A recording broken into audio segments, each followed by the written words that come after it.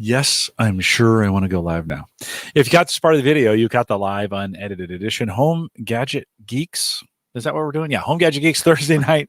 All of a sudden, I just forgot where I was. June 25th, 2020.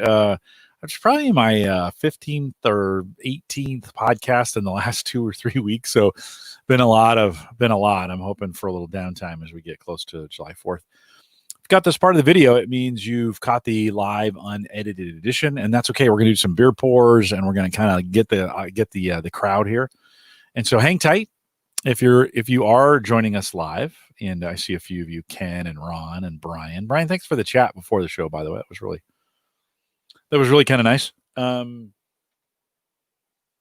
Jump in the chat room. Let us know if you're on the live page. I think on my page it's the link to the live YouTube page that has a chat room is down below. I think that's, and Gallup, it's above me. I think here at the averageguy.tv, it's down below.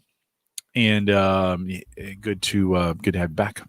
Join us in the chat room. Mike, what are you drinking tonight? What's the beer pour? Okay, so this beer, actually, this is a kind of cool story. So on Sunday, obviously being Father's Day, is it this past Sunday? Yeah, this past Sunday, right? Jeez, this week, I tell you. It was a good week. It's been a long 4 days. It's a good weekend. Anyway, on Father's Day, my buddy down in Kansas City, he started this fun new little blog thing called Dad Tales. So he is doing like cocktails for dads. Nice. And so his first release was on Sunday, and he did the Man-mosa is what he called it. So the Man-mosa. And what he did is he took, obviously he's from Kansas City, so he's a big Boulevard fan. Yeah. So this is the Boulevard 6th glass. It's their quadruple ale. First of all, a really, really good beer by itself, but he made a mimosa out of it. He just took this and put it with orange juice. Wow. I had like 3 of these things on Father's Day morning, but he didn't warn people. So Hannah went out, grabbed this, and she was making them for me. What we didn't realize, be really careful. These are 10.2% beers. So they'll knock you over pretty quick without realizing it. Cause I was drinking it like it was a Coors Light. It's a triple. Is that what you said? Quadruple ale. Quadruple ale. Yeah. So dark or no? I don't have a glass down here. I didn't bring a glass with me. Okay. No, not very dark. What's a quadruple mean? I have no idea. Oh, okay. Well, we got a little bit to learn on that one. 22 IBUs. So not bitter at all. No, not bitter. Pretty light. No, I'm trying to look at like the ones we drank last week. I think that's like 85. I was gonna say it's pretty high. For example, here's the one we had last week, Perpetual. Mm-hmm. That's 7.5% alcohol, but 85 IBUs. This one's only 22. But sweet, even though it's 85 IBUs, it was pretty sweet. I like that one. What's the taste? What's the taste profile on those then? This one has I would call it a deep taste. Okay. Like the taste sticks with you for a while. It's not light at all. It's definitely got flavor to it. I'm trying to think of a different beer that I could equate it to, but I'm struggling. It's pretty unique, actually, the way it tastes. Okay. But yeah, it sticks with you. Good. Right? Almost like a porter or something like that. There's that tasty, very full taste. Kind of definitely couldn't have a few. But the difference between, I think, this and a lot of other beers I've had that are up in the 10% range of alcohol, you don't taste. It's not like, oh man, like I couldn't, breathe fire after that one. It doesn't taste like it's a high alcohol content beer. And with orange juice with the Man-mosa, he nailed it. It was super good. Nice. Super, super good. Nice. I would not have put a quadruple in orange juce together. I never would have either. Like I've done Busch Light in orange juice just to kind of add some flavor to the Busch Light. Yeah. Do it that way. All right. Well, that's a good. Yeah. What's his site? Where do we go to get this? You can go on Instagram, Facebook, Dad Tales. So Tale, almost like cocktails, right? But they're Dad Tales. Right. Okay. You can find him there. So he just did his first video, and they're pretty good. Nice. Maybe we have to have him on the show, or at least do a pre-show with him. Right. Exactly. Like yeah. Be kind of good. I'll start thinking about that. Yeah. I am. He'd be our bartender, right? He could come up with the different cocktails for us, and maybe we could get a Home Gadget Geeks cocktail. There we go. Right? A signature drink. I wonder what that would be. I have to think about that one. If you got ideas, if you're listening and you got ideas for a Home Gadget Geeks cocktail, send me an email, jim@theaverageguy.tv. I've got a Sierra Nevada. These have been hanging out in my fridge for the last couple weeks. I've been bypassing them for other things. Daybreakers. That's just such a good beer. Bought some Bud Light Orange, which I just love. The hotter it gets, the more I want water. So Bud Light Orange. You know what? Bud Light Orange is the best drinking beer for cooking. Like it's just a good, have it on the counter, take a sip from time to time. It's really good. But this is their Summerfest. So it's just a crisp summer lager, not a shandy. So don't get it confused with a shandy. Although you could add lemon to this. This would be something you could kind of mix with lemonade if you wanted to, or even orange. You could put fruit in it if you wanted to. It's kind of crisp, but it's everything in a lager. 5.2 in crisp, kind of apple crisp, but got a little more bite on it than you would on maybe like on a traditional Budweiser or Bud or Bud Light or Coors, right? That's going to be pretty, just a beer, right? At that point. So it's got a little more bite on that. So you can see, I think I did one of these a couple weeks ago. Nice and clear on that. And it's like a big head on a Bud Light. Yeah. No. Right. It kind of looks like it. Yeah. Or a blonde ale or something like that. Good.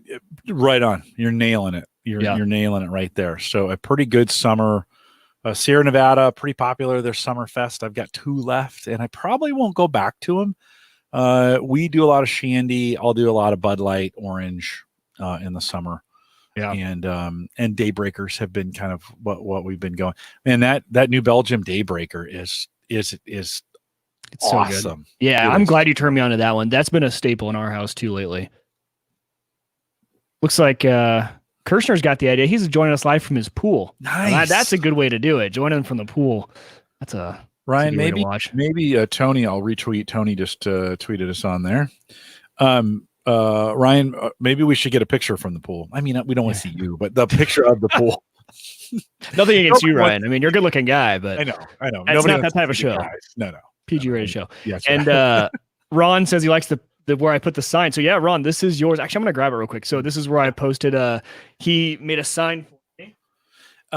And Mike, we're maybe bring that up in the show too, in the recorded show. So I will. Love. Yeah. And so but just so you guys in the pre-show can see it. How cool is that? You made me. This is all made out of 3D printing material. So you click it, and he even put a screw slot on the back. So I was able to hang it up on a screw, put it on the pegboard. He's got, my call sign, my Whiskey Zero Echo Golf Romeo call sign on there. Pretty cool. Everything. Good job, Ron. Yeah. Good job, Ron. Yeah, we're gonna celebrate a little bit of Ron's stuff tonight. So I'll leave it right here. Then I won't. Yeah. No, leave it there. We won't spend a ton of time on it, but leave it there. If you're joining us in the chat room, Ron, Brian, Ken, Ryan, I think I said already. I said Brian, Ryan. Thanks for jumping in. I saw Ken a little bit earlier. Thanks for jumping in, guys. We'll get started here in just a few minutes. Thanks for joining us tonight. I got a Bud Light on tap in case if I run out of this and I'm still thirsty or I need some water to wash it down with. So. I've got another one of these on tap and then water next to me.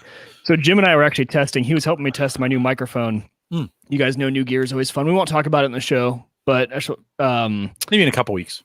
Yeah, maybe a couple weeks. But the Audio Technica boom mic, which is the AT875R, just showed up in my door today. Going to use it for YouTube videos, but Jim was helping me test the sound. Kind of interesting how it works. I've never played with a boom mic before, so kind of interesting. We were we were doing distances and different levels, things like that. Pretty cool though. But I'm going to pair it up with I record all my videos separate audio on the Tascam, which does phantom power, luckily, because this thing requires phantom power, and so does even my lav mic. So I jerry-rigged a belt clip on the back of this thing, and I hang it on the back of my shorts, and then I put a lav mic to it, and then I just record here, and then I sync it up in post. EDC? No, is that what they call it? I EDC my Tascam digital audio recorder. Always have it on me. Nice. I'm shocked how back in the day. I don't know if it's always been this way. I've just never used pro editing gear before. But even not pro. So DaVinci Resolve is free, by the way.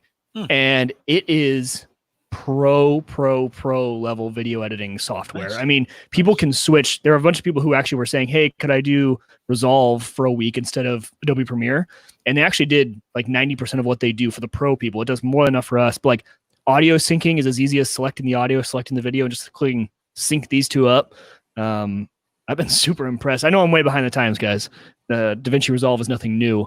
But as a free piece of software, super cool. Behind the times doesn't matter. It's being in the moment. It's doing it well in the moment. It's doing it well in the moment. Many of you, we advertised Dave McCabe was coming out tonight, and Dave is not able to make it tonight. He had a last minute conflict, but that's okay. We are still talking summer lawn tech. I started writing a few notes down. I'm like, well, maybe we can eke out a 45-minute show. And then I wrote a few things down. I thought, I think I have some things to say about lawn care. So we have a full slate, plus some miscellaneous things, kind of like what we did last week, where we dig in a little bit before we get to the main event. So yeah. So Dave's not joining. He'll be back. We'll reschedule him when he's got some time. And busy guy. Okay, Mike, I think we're good. You ready to? Yeah, I didn't declutter my desk before we started, and now I'm just going to knock like a bunch of stuff over during the show. I know it. That's something is going to get knocked over during the show just because I've got a hodgepodge of stuff here. I have this is how random my desk is right now. I have 2 refrigerator replacement water pumps that I needed to order them for in-laws because theirs went bad. Like, that's the kind of stuff I have on my desk right now. It's driving me nuts. No worries. Hey, next year, it's never too early to start thinking about next year. We'll hit 500. So it'll be around 4th of July. So it'd be interesting. I mean, that's right now, that's kind of it's not perfectly scheduled that way, but so like all of a sudden you're thinking, dang, that's just a year away. Mm-hmm. 500. That's crazy, isn't it? 500 of these things? 500. Okay. Let's get this done. This is the Average Guy Network, and you have found Home Gadget Geeks show number 450. We're halfway to 500. Actually, probably that's not mathematically correct, but that's okay. Recorded on June 25th, 2020. Here at Home Gadget Geeks, we cover all the favorite tech gadgets that find their way into your home and sometimes in your yard. News, reviews, product update, and conversation, all for the average tech guy. I'm your host, Jim Collison, broadcasting live from the AverageGuy.tv studios. And Mike, we're in the throes of summer. Did you get outside today? I did. We had a break. It was kind of nice. Then today it's all back, right? Yeah, we had I was inside most of the day. We did have a mandatory training thing on Zoom from 3 to 4. So I did that outside and sat outside in the sun for a little bit, got a little bit of sun. And then the boys, of course, every day when they've gotten home, they want to play outside in the water, which has been nice. I need to take the laptop out in the back, like in the mornings. This morning was beautiful and just work off the deck. The problem is I am super spoiled with that 34-inch curved monitor that I have. I don't want to look at anything else. I don't want to look at a crappy laptop. Yep. Even though my laptop screen is great, it's nothing compared to a 34-inch curved monitor. Not at all. So once you get used to that, you're on it's like, man, I'm looking at my phone. The screen's really small. It's cool, and the breeze is blowing down here in the basement, and it's just fine. So of course the show notes are also just fine. We'll post those out at the AverageGuy.tv. HGG450. There'll be a few tonight, so you might want to head out. You can also get full transcripts out there as well. So if you're ever wondering if you were like, where did Jim say this, go to the post, do a Control F, put the word you're looking for, it'll search through it.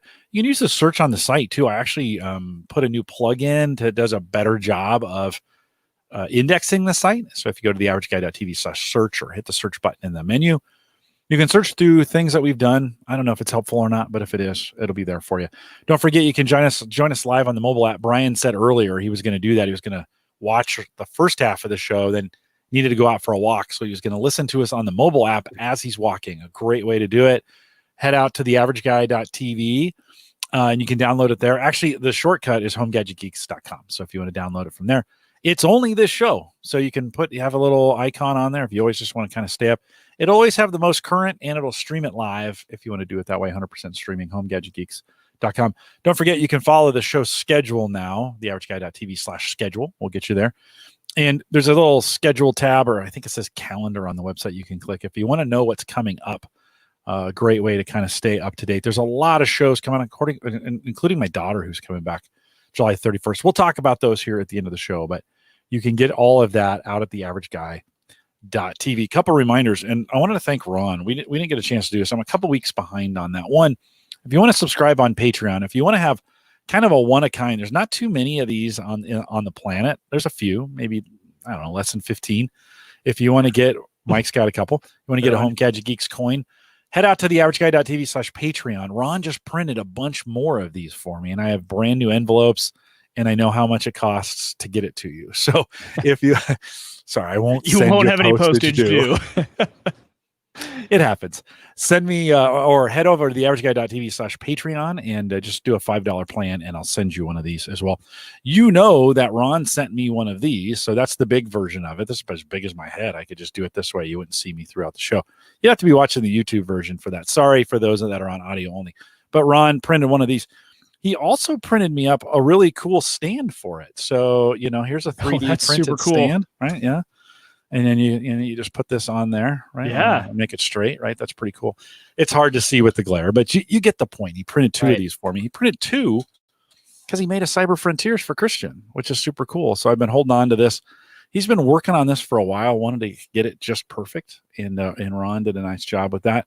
We'll do a 3D printer round table, by the way, from our discussion last week, Mike, of maybe doing some more roundtables. I didn't hear from anybody this week with roundtable ideas. If you got a subject you want to talk about and you want to help me host a roundtable, let me know, Jim at theaverageguy.tv. But we'll do a 3D printer one here later in the fall. Ron sent this. I'm going to mail this to Christian. I've been just waiting to get the to show it because it was so cool. He sent a stand for it too. So I love the stand. That's such a cool way to do it. Yeah, they are. They're super cool. Yeah, and it's a two-parter, so it just comes apart. He shipped it. Let's see. Oh, there it goes.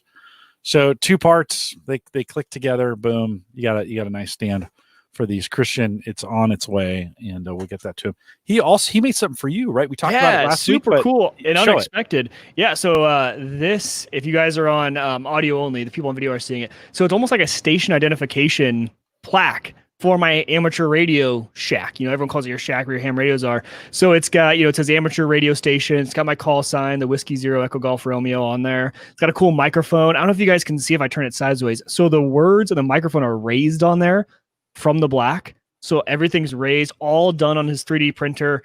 He even put a screw slot on the back. So I've got a screw in there and I put it up on my pegboard. It actually goes right there next to the screen. So super cool. I was like really impressed when the picture on Twitter did not do it justice. It was cool. Then I got it in my hands, and first of all, it's a lot bigger than I thought. It's bigger than my face, so it's massive, and just super cool. So Ron, we appreciate all the stuff you do for us, and you do really good work. So if you guys are looking for anything, Canadian Maker Project is his YouTube, and that's his name out there, so you can look him up and see all the cool stuff he's doing. Yeah. Ron, thanks for sending those. I gave him a couple days notice and said, hey, I need some more coins. And he printed them up, mailed them to me, and they're available for you so we can get those out to you as well. We mentioned we had Dave McCabe scheduled to be on the show tonight, just couldn't make it. Had a conflict come up. Dave we'll reschedule Dave maybe to come back in and do a late summer, early fall. Put some show notes together. After he said he couldn't make it, I thought, well, we'll shorten the show up a little bit. And then I started writing kind of what I wanted to cover. And I thought we got a full show. So don't hesitate. We're going to talk about summer lawn care tonight. And I got some tech involved with it as well. And, but it should be fun and a great opportunity. So we'll get Dave to come back on again. Mike, I gave you some Jeffersons last week as a 5-year anniversary gift. How was it? How'd you enjoy it? Amazing. I still need to get Hannah to try it. She hasn't wanted to try it yet, but I need to get her to. I had probably 2 glasses this week. I'm trying to save this stuff. So I'm like, I don't want to go through it really fast. So I'm like, one little tiny, nice little drink just to end the night kind of thing. And man, that stuff is so good. You impressed Colin. Colin came over and I was like, so Jim came over last night, and he gave me a 5-year anniversary gift. And he's like, is it the Jeffersons up on the table? And I was like, man, you have a good eye, dude. He spotted that fast. He's like, that's good stuff. I really like that. And that's right up his alley. So he was trying to get some sticky fingers and steal that. I'm like, no, you don't know. You got to protect that stuff. Yeah, that's going to be my nice sipping stuff. So yeah, thank you again. That's amazing. Been enjoying it. Good little bourbon, by the way. Jefferson's. If you haven't tried it, you can find it it's in a lot of places in the country. We get it at our local Hy-Vee, which is just kind of a grocery store. Just check it out. It's got a picture of Thomas Jefferson on it and super good. $25 to $35, depending on where you pick it up. And do people ever do bourbon on the rocks, with one ice cube? Sure. Okay. Sure. That's what I was wondering. I'm like, I might like this a little colder. That's how I like tequila. I like almost frozen. I put the big ice cube in there and get it nice and cold. I didn't know if that was sacrilege though. I don't want to do that out in public and be like, no, that guy. You're fine. Phil, my son has bought. We have those little cubes. They're made of the rock cubes you freeze. Yeah, you just freeze the cube and then you put it in the water. So you're not diluting it. Yeah. No, you can throw a cube in if you like it on Okay. the rocks. That's fine. Joe in the chat room says he checked, and the Jefferson's Ocean is available locally to him. Now, that's So your favorite, right, Jim? oh my God, Ocean is so great. They put it in barrels and then it goes out to sea, and it just sloshes around out at sea. They take it down to the Arctic or the Antarctic and bring it back up, and so that you have these cold and hot swings that are supposed to do some pretty amazing things to the flavor. And so super cool. It's 3 times more expensive than Oh, wow. regular Okay. Jefferson. So you're going to spend 65 to 90, just kind of depending upon where you get it. All the batches are numbered. The voyages are numbered. And so my very first bottle was voyage 17, and the bottle I have now is voyage 20. Not that I'm reading or keeping track, but I just have those memorized for no reason. Well, it's super cool, right? I think it's just one of is. those super cool kind of things. And it's probably a gimmick, but pretty great. Thanks again, Mike, for doing this for 5 years, and and appreciate it. There's another cool bottle of some, and I've got to find the name because I think I've brought it up on the show before, but whenever you mention the stuff that goes out to sea, there's like a champagne company. I think it's champagne, and they actually put it in the bottle and then they just drop it at the bottom of an ocean. And so when it comes up, you buy it. It's got like crusted sea stuff all over the bottle. Nice. You almost have to like break it apart.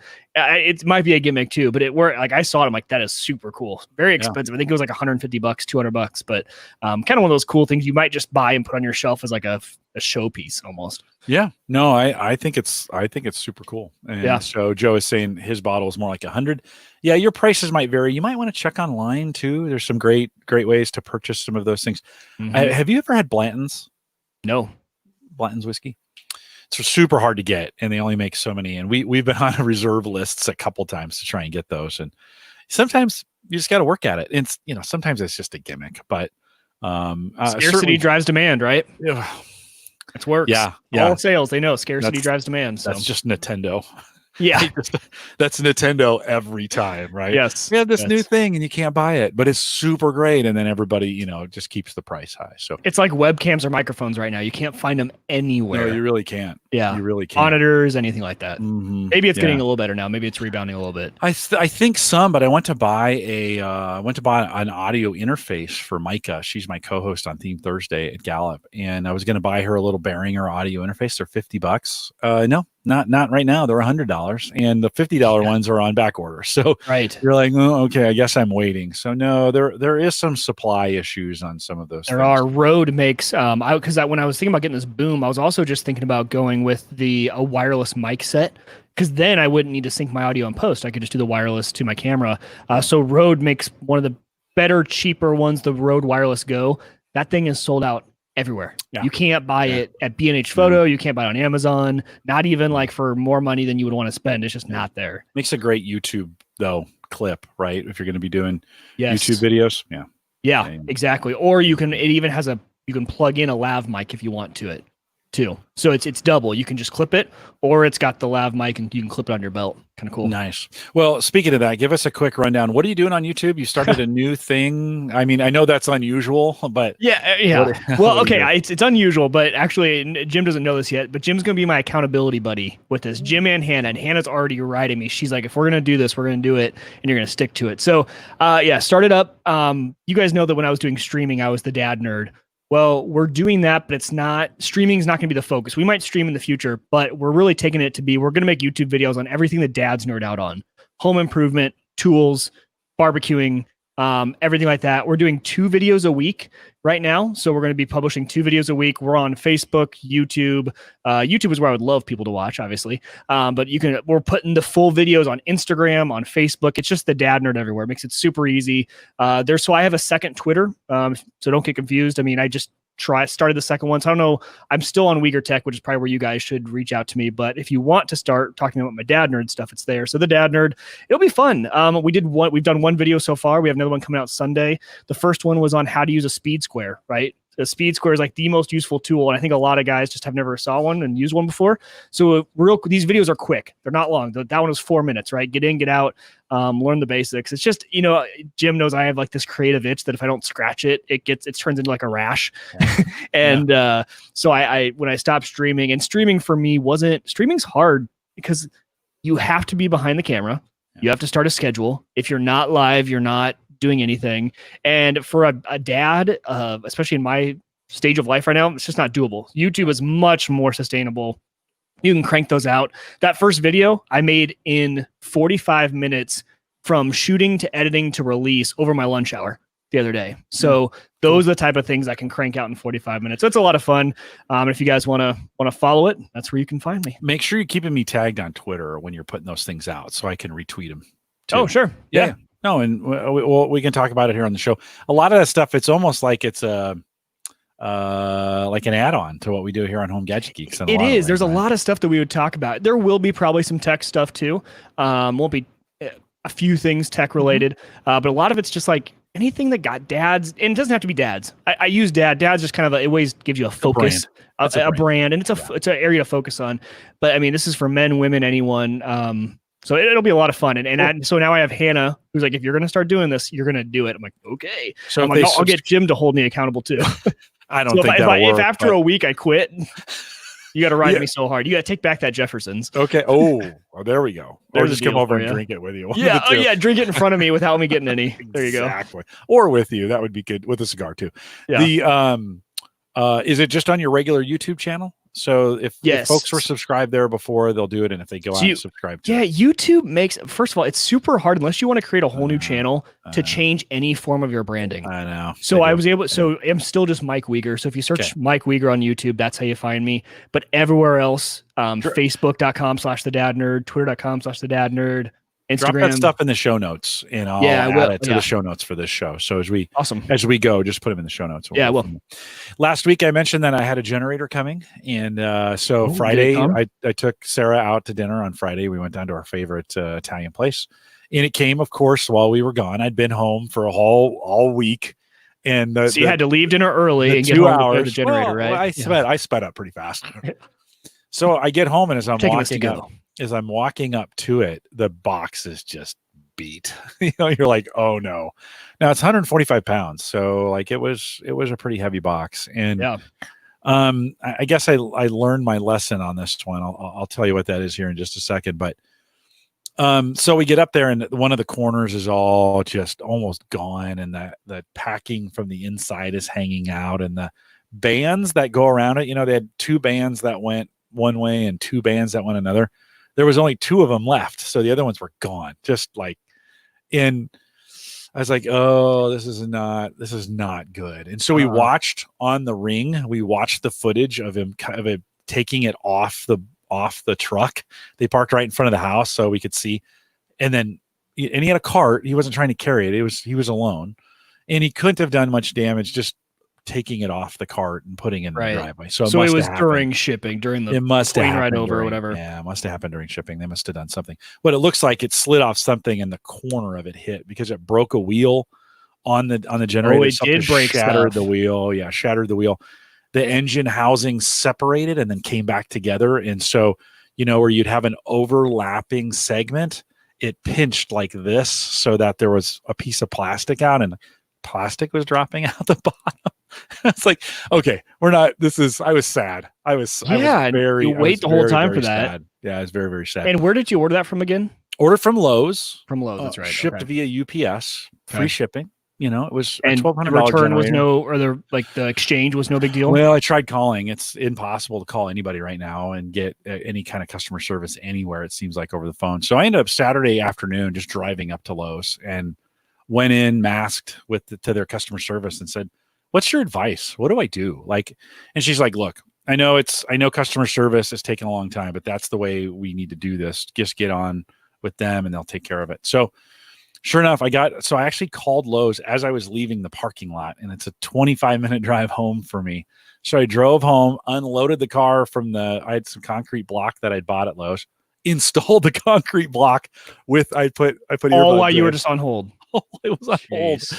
So got most of the block put in, and then got a gal, and it took another 45 minutes for her to process basically what they did is they just sold me another one at the same price, but the price had already gone up and the warranty price had already gone up. And I was like, well, I want the whole price.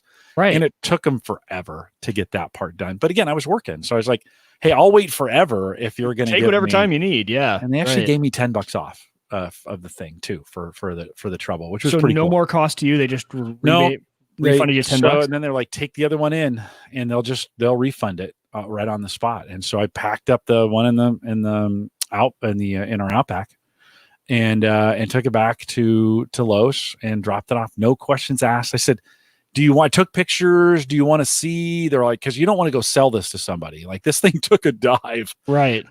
And they're like, no, we're good. We'll inspect it and we're fine. And God, Lowe's was great about that. I know it took time, and there would have been some who would have lost their mind to be on the phone for an hour and a half with support.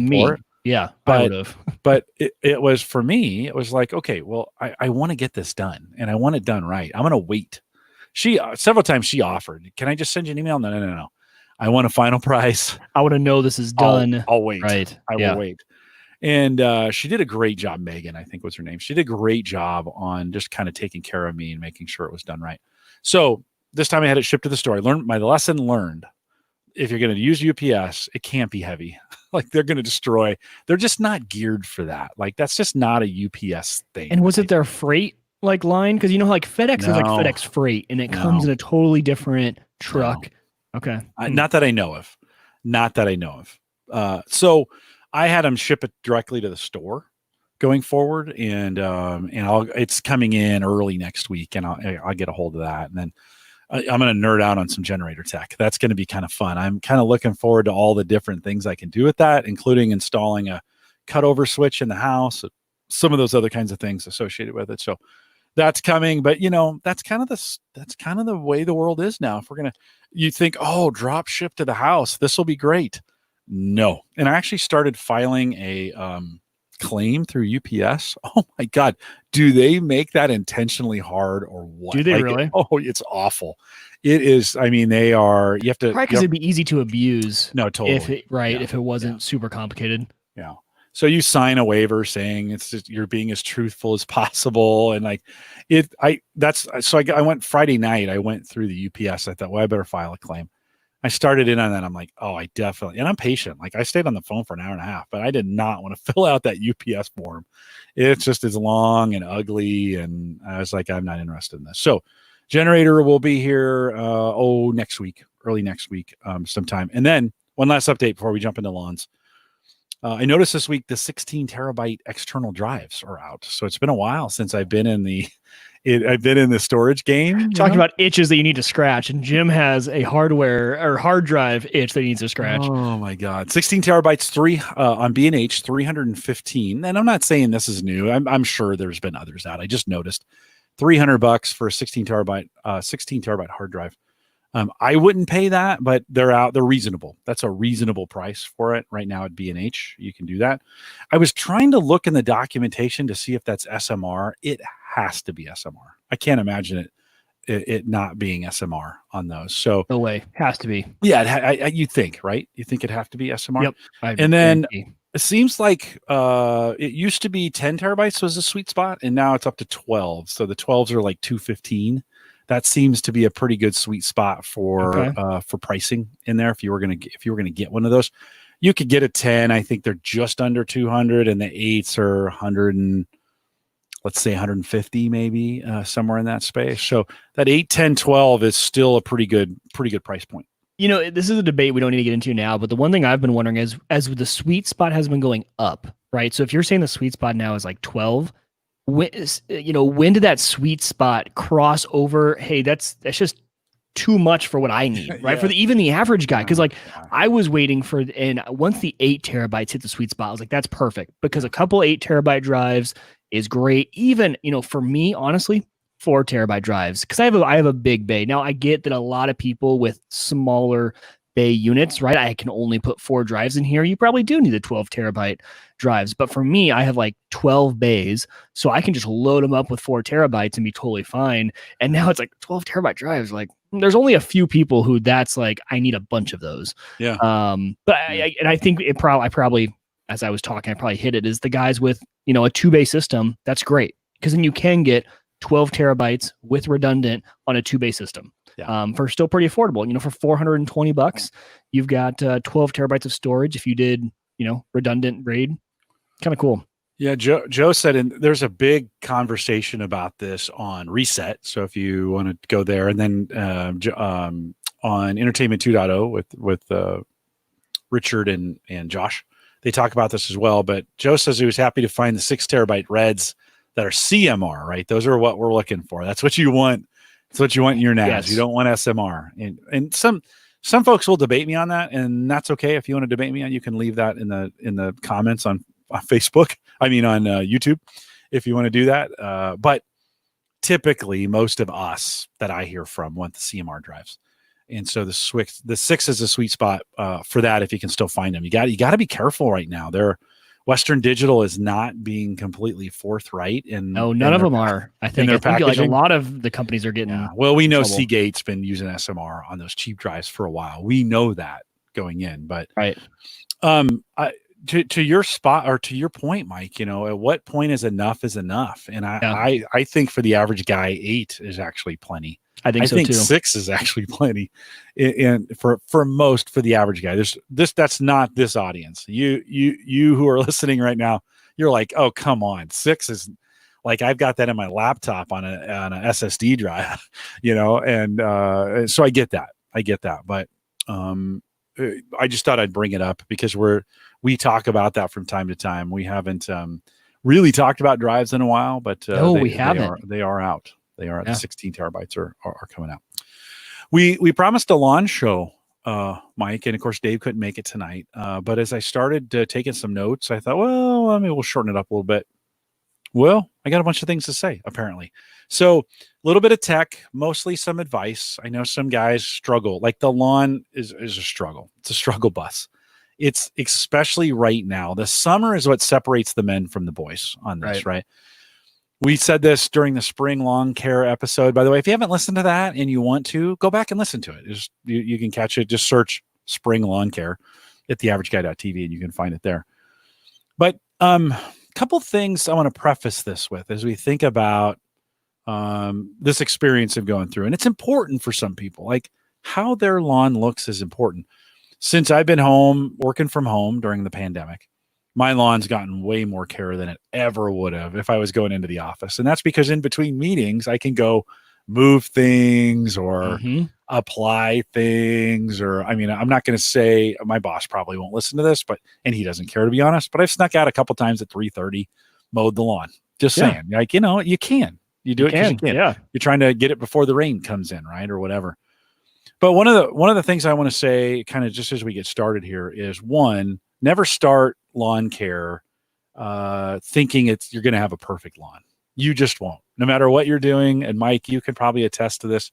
Yep. No matter what you're doing or how you're watering it or the chemicals you're adding to it or the services you buy for it or the whatever, the amount of time you spend on it, the sharpness of the blades, whatever, you're still going to have spots, right? The lawn's never going to be perfect, right? Right. Yeah, exactly. And the larger lawn you have, the worse it is, right? Because there's always going to be spots. And, if you have trees in some areas, but not in others, right? You get shade on some of your grass, but on others, it's really hard to account for all of that. So the more uniform of a yard you have, a little bit easier it is, right? Either you have no trees, no shade, or you have all shade. That's, you can account for that with water levels, right? It's really hard for me to account for my non-shaded spots versus my shaded spots and the water levels and things like that. I totally agree. And so I'm going to tack onto that. Don't expect the changes you did right now to have any effect on how it looks this season, right? A lot of times you're building for next season or you're building for the next, you're building for fall. You're building for the next year before you do so. That's why spring, I think Dave was saying, was so important, is you're really building for this year, but you're setting yourself up for success the next spring. And then I think summer, I would say, is probably the least important time. There's a lot of things you can do, but I would say as far as prep work goes and things that are important, spring and fall, right? Recover from winter, prep for winter. If you're in a climate that gets winter, I think that is true. And everybody's, we know we are going across zones from California to New York, from Florida up to Wisconsin, from Texas to North Dakota. So, of course, everything we say, we're a little tainted. We're here in zone 4A here in the Midwest. But of course, what matters is your zone. And so Dave mentioned this in the spring. Learn what your zone is and get familiar if you want to know what works, and not just with the lawn, but with the yard. Think about the yard plants and some of your trees and some of those things.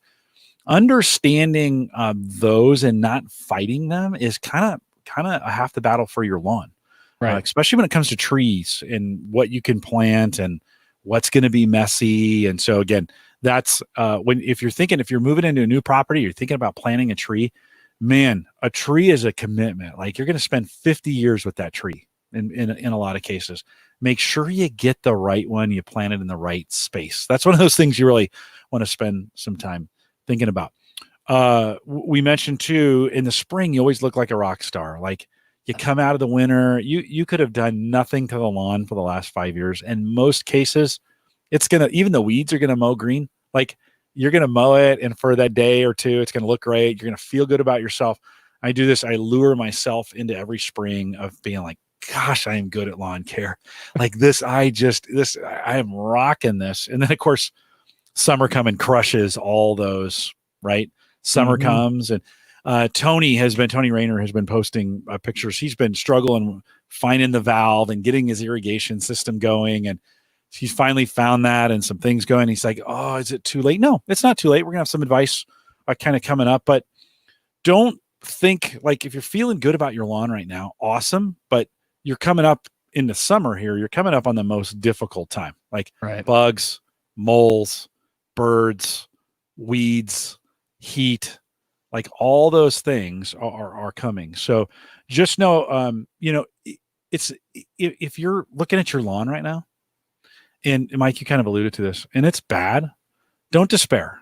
Like start thinking about the fall. Start thinking, okay, what things can I do just to kind of get this thing ready? Because there's some repairs you could do for the fall that might work. We'll talk about that. And there's cosmetic things you can do too. We haven't really talked about that a lot, but it's kind of important. The grass is one thing, but the things you can do that are easy, trim up that bush that's a little scraggly, right? I'm notoriously bad for this. Jim was just over and he noticed, on my back patio, I've got some bushes that definitely need to be taken care of back there. Those are things that drastically increase the look of your yard without having to be a chemical, without being mowing, right? That stuff you can do, maybe line it with brick or something, or lay down new mulch, or there's a lot of other landscaping type items that you can do too. If for some reason your lawn's a lost cause this year, do the lawn work, but hey, I want some improvement. You can do the landscaping stuff. Do some landscaping, move some brick. I've been buying concrete block, brick, the decorative brick, and putting it in. I'm not a big do it all at once kind of guy. I buy 8 bricks at a time. I install those, and then that's usually a day, and it's hot and I need a beer. So like, I don't need them stacked up in my yard, just to be honest. I just pick them up in little increments. It's lighter that way. My back feels better. So it's kind of the way I do it. Yeah. The late spring and early summer are really a time for weeds. And so many of you, like you saw some great grass growth in the spring, and then you celebrated it and you stopped looking at your lawn, and then you came back a week ago and you're like, oh my God, where did all those weeds come from? What happened? Yeah, exactly. And so you really, as you're going into this, you really have got 2 options to kind of think about when we think about weed control. And I think summer has really 2 themes. One is weeds, one is water, right? We're going to talk about, let's talk about weeds for a second. You really have 2 different ways of handling weeds. One is take some pictures, get online, figure out what kind of weeds you have, because not all standard weed control methods are applicable, and you want to be really, really careful what you're spraying in your area. This is where tech can really be your friend in getting online and asking some professionals. Yeah. Dave alluded or talked about using your extension office, but they're in communities. There's communities on Facebook and Reddit and all over the place. This is all they talk about. So if you want to get into that, you can. But with weed control, it may be good because various parts of the country have different kinds of weed problems. We've got African violets here in Nebraska that are just brutal. Like they are Mike, that's a broadleaf purple little flower, really beautiful. Imported, not native to Nebraska, brought in, and they just love Nebraska. And there's nothing really to stop them. Nothing eats them. The bugs don't know what they are. They just flourish. Right now, if you like a pretty little purple flower, let them grow. Like that, they do really, really well. Except when you try to grow them, then they would never grow. Like if you actually tried, like, oh yeah, this section is all for African violets, and not one would grow in there. But they require a different kind of weed control or weed killer than your standard garden variety dandelion, right? And so might want to spend a little time. And again, this right now may be a good opportunity with a cold beer in the shade to be looking around your lawn, taking a few pictures of like, what are my weed problems? Like, what am I having? What am I having trouble with? And can I identify what my yard is? The other thing you might want to do, especially if you've inherited the lawn or you've never really done this, figure out what varieties of grass that you have. Again, take some pictures, compare them online, go. There's YouTubers that talk about this kind of thing, but figure out like, what's the composite makeup of my lawn? What am I dealing with? Because Dave talked about applying chemicals last time we had him on in the spring. Through the summer, it's really, really important as knowing what kind of grass you have. Is it one, how to treat it for weed control, and then two, how to water it. And so, Mike, if I were to ask you, do you know what kind of grass you have? I don't. Yeah. We talked about this in the spring, and I even went out and looked. I think, and you mentioned it. It's the say some of the popular ones around here. Rye or Kentucky bluegrass is another. It was the one where there's two versions of it. There's like a long or broad and a skinny, or I don't know. Anyway, I don't. But the thing about that too is the other people you can access. I guarantee if you live in a neighborhood, you have the neighbor with the perfect lawn, right? Yeah. Or as close to perfect as you can get. It's probably an older gentleman who has a lot of time to spend. He would love nothing more if you saw him outside mowing his lawn and you went and said, dude, you have the perfect lawn. What's the secret? And he might have some tips too, right? Like obviously whatever he's doing is working. Pretty good chances he has a similar makeup to you, or at least close, right? He's he's got the same climate. I know the guy that I need to ask. He's right across the street. Almost catty corner to my house. And I haven't had the guts to go ask him yet, but I'm about to, on some of this stuff, because it's flawless. It's all as close to perfect as you're going to get around here. Yeah. And that would be a huge, like, if someone came over and asked me that, I'd be like, oh, please come in. Can I get you a beer? Like, let's talk about this. Thank you for the compliment, right? Everyone loves talking about their lawn. Well, that might be a tip if they put that too. much time into. Like, make a friend of the person in the neighborhood whose lawn looks the best. Yeah, definitely. Because they probably have some local advice on what to have.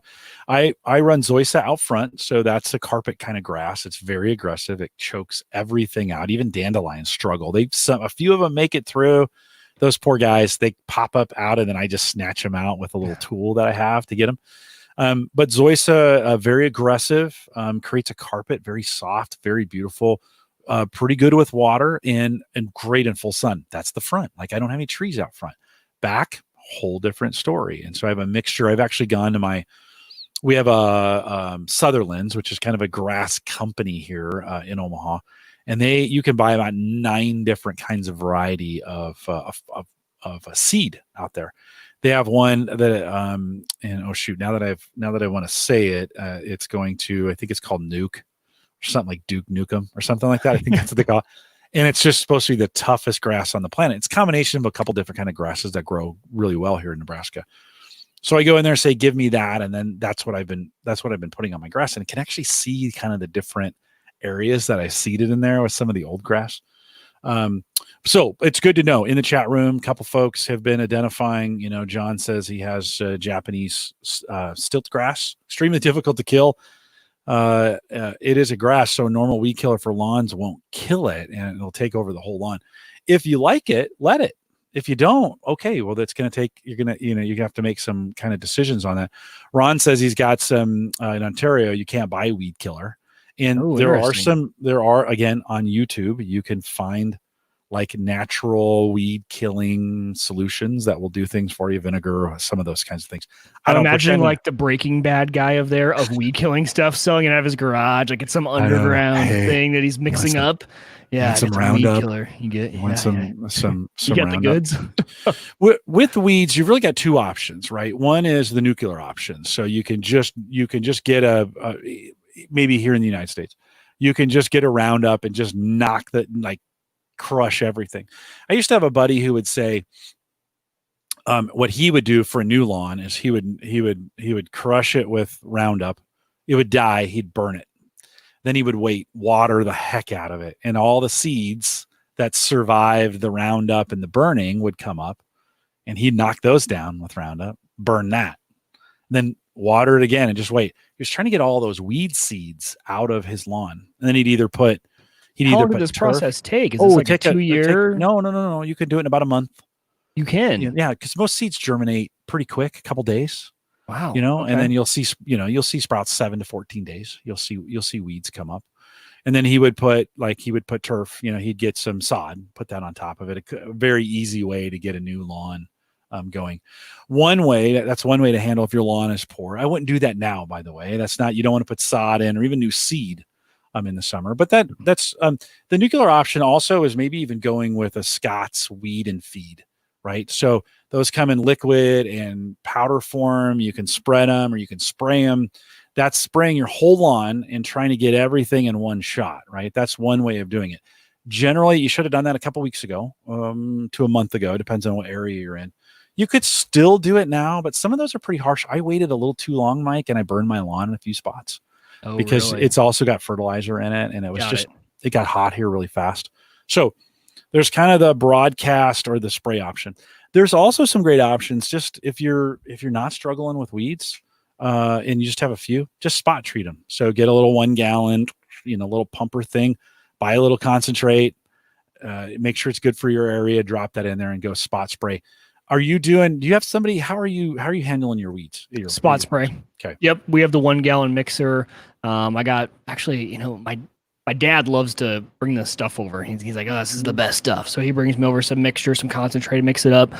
We do, like I said, we do have the company that comes out and does chemicals for us, but a few weeds, still obviously are going to pop up in the summertime. So I've been spot treating those. They've been super heavy for us recently. And I don't know what it is.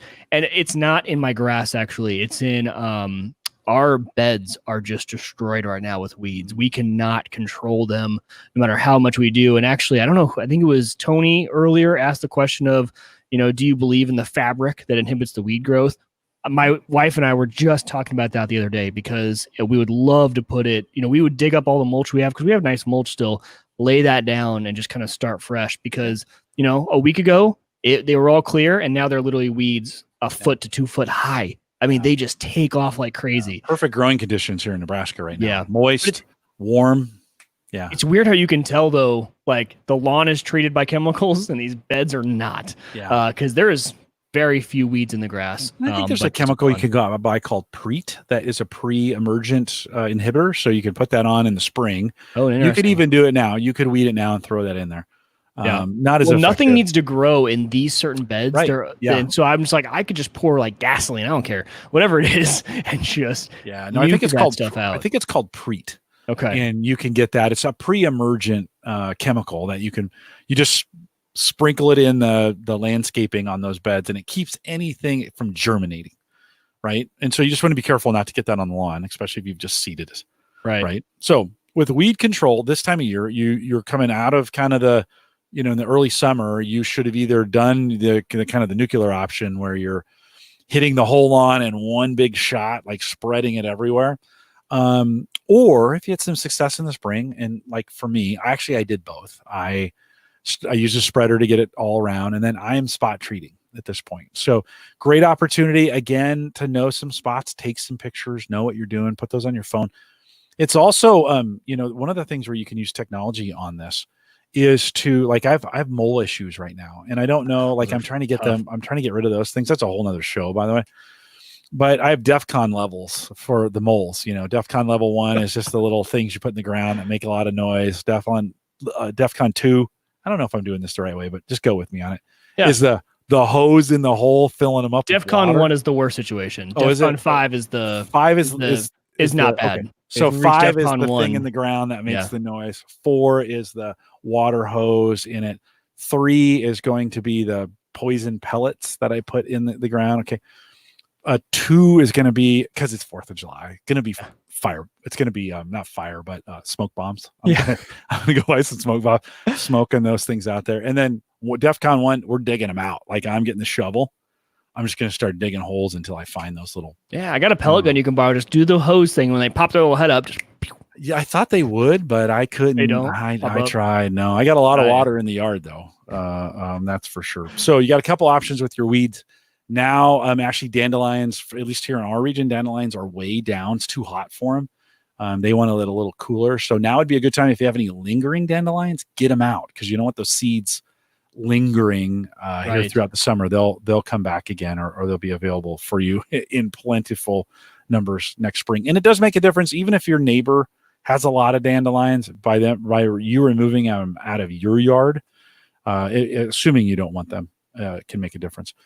Mike, the second thing, right? So weeds, this time of the year, weeds are number one. Watering is really number two. And there's a whole bunch of different ways of thinking about this. And this is really where you can add the tech in. I think Dave talked a little bit last time about having the tuna can test, right? Put an empty tuna can in the middle of the yard, water it, and that'll kind of tell you how much you're getting. I think the average yard in a various area needs to get 1 to 1.5 inches a week to be healthy, right? People always say, yeah, but what about the rain? Okay, what about the rain? Well, this is an area you can use a little technology called a screwdriver. So go out to your yard, take a screwdriver, we all have those Craftsman or whatever screwdrivers, right? They're 6 or 7 inches, maybe 8 inches long. Jam that thing in the ground. And it should, if you're getting proper watering, you have good aeration, I think I'll just slide right into the ground all the way to the handle. Yep. If 6 that's inches, right? Is was what they're saying? 6 is what you kind of like, 6 to 8. If you can take it to the handle, you're in pretty good shape, right? That's a good kind of test. If you can't, you got a couple problems. And that's where you might want to dig a little bit to say, okay, when do I have compaction? Is this an area that's just dry and compact? In other words, no matter how much water I put on it, it's going to run off. Or is it just dry? Like maybe you're just not getting enough.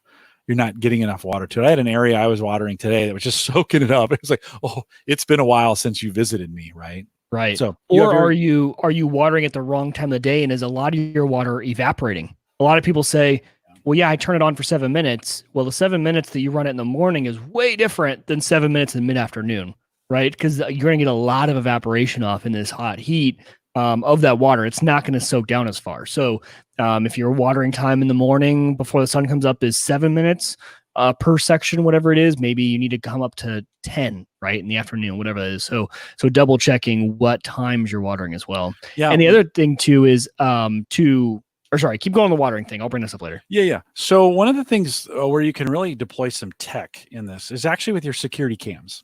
So if you've placed security cams around the house, chances are they're facing out. Spend some time if you've got an irrigation system. By the way, we'll talk about technology and irrigation here in just a second. But if you have an irrigation system and it's coming on early in the morning, plan some time. See if you can get a recording from your security system when they're supposed to be running. Dave had talked about running some things into the air, watching it watching it from overhead with a drone. Right? There's some kind of things that you can do there. You might be able to use your security cams too to just say, okay, is it spraying in the right spots? Am I getting the intended coverage that I want? It's going out in the street. Is it doing its job? Right. You may be able to get those to get that recorded in that way. And then, Mike, never underestimate the power of a hand water, like of going out and watering areas by hand. This has been something, especially this year, I've enjoyed in the evenings. And really, you should water grass in the morning. So I've been kind of doing it that way too. But in spots where I do manual irrigation, which means I put a sprinkler in a place and then I'll talk about that schedule here. It's coming up. But there's spots it doesn't reach. And sometimes those sprinklers can be really wasteful. If you're in an area where water is expensive, you might really want to invest just in some hand watering tools to make sure you're applying that water just to those spots that need it and you're doing it efficiently. Well, that and what I was going to say is, you can do it yourself or you can hire it done. Once you've watched someone do it or Google it, YouTube it the first time, if you have an irrigation system, like go out there and you need to test probably once a year. If you can probably get away with once every other year, the heads don't move that much, but turn them on section by section and see where those heads are hitting. You might be wasting a ton of water on the sidewalk, right? And that's easy. They're so easy to adjust on the head, how far left it goes, how far right it goes, how high they pop up. You can replace the heads, things like that. So look at that and then start to look at certain sections. My timings are all different depending on what section of the irrigation system is going, right? One section only needs to go for like 3 minutes. It's the skinny part between the sidewalk and the street, and that just gets soaked and water's running off after a few minutes, it's just wasting water. You can just tell. Spend that time, because that, number one, is saving you a ton of money. And number two, it's going to lead to a better lawn. Like, I think that is probably the best thing you can do right now. If you need to do anything, if you have an irrigation system, is go out, turn it on section by section, see where those are spraying, and you might have overlap. Thing to pay attention to is, do your sections. Your numbers might not go by where they are, so definitely check. Turn them on. This section is right next to this section. Turn them on to make sure you're not getting overlap, or you are if you want overlap. All that stuff is super important. I do that once a year. I do it every single spring, because somehow, I swear, my heads move, because I will also be like, I just adjusted this last year, and it's spraying the street again. So they do move on you. You know, they a lot of motion and stuff like that, but easy way to save money. Yeah, right, no, it's just a good way, kind of good way to check and to make sure it's happening the way it should. When it comes to the irrigation control, I don't have an irrigation system. I use kind of the sneaker, the sneaker net method, where I walk things around. In fact, I was at Ace Hardware. They've actually, I really, Ace for this kind of stuff has been really good for me. They just had, like, I got a 50-foot hose for $25. A pretty good one. Their premium hose. It was on sale. They're normally like 50, and it was, another 5 off. So, I pick up my stuff there, but I manually put things out. And one of the ways I do it is I alternate between the front and the backyard. So Monday, Wednesday, Friday is the front. Tuesday, Thursday, Saturday is the back. I put them in different places, so I'm not watering the same spot the same time every day and moving it around. And then I kind of make it based on the weather. So if it's raining a lot, of course, I'm not going to water it. That's one way of doing it. There are manual timers. Brian Auer in the chat room says he uses a manual timer. You can buy pretty inexpensively, $30 to $50. You can buy kind of a manual timer. You put the hoses on, set them up. It'll do its thing. You can program them. They have different levels of sophistication. And then now they've got some really sophisticated electronic controls. And if you want to get into that, I can't recommend any of those, because I don't have any of that, but I've seen them and they're pretty cool. It's kind of like the Nest thermostat of irrigation for your house. Yep. And there's tons of things you can do there. This is an area you can waste a lot in. Like, you let a hose go unchecked for a long period of time, and you will send a lot of water downstream. So I think it's one of those good things. Just kind of check. Like I said, set up your cameras, take some snapshots, do some things, pay attention to what you're doing. But this time of year, because of the stress that the heat is going to put on your lawn, it's a really good time to water. And how much do you need to water? This is where the logbook helps. Did you start a logbook? I did. Well, I use OneNote now. Yeah. So I started a digital book. Yep. Yeah. This is where log helps. And every once in a while, walk around your yard with a screwdriver, and by the way, it's good for your lawn to have those little holes in them anyway. So just jam those things in there, and get that done. During the summer, weeds and water, those are the two things that can really kind of change things. Make sure you're spending a little bit of time getting those right. By the way, morning better than evening to work on these things. It's one of those kinds of things if you're going to get the lawn wet. Mike, I mentioned I control my water habits, how I water based on apps, because I want to know when it's going to rain. Like, I'm like, well, am I going to do a big watering thing? I talked about this in shows past, but man, I tell you what, and let me bring it up. I am really digging this My Radar as a weather app. And so this actually sits on if you're listening to the audio, apologize. We're showing the US representation, the satellite representation for the weather. And I leave this on my Surface Pro 3, and I just leave it on all the time. I just come by and look. Gives you a great indication of what's going on nationwide, where the wind directions are happening, where rain is happening. We can see we've got some rain maybe coming tomorrow as I kind of look at that, right? The forecast down below all the way to the right, it kind of says, hey, here's the next 5 or 6, 7, 8 hours.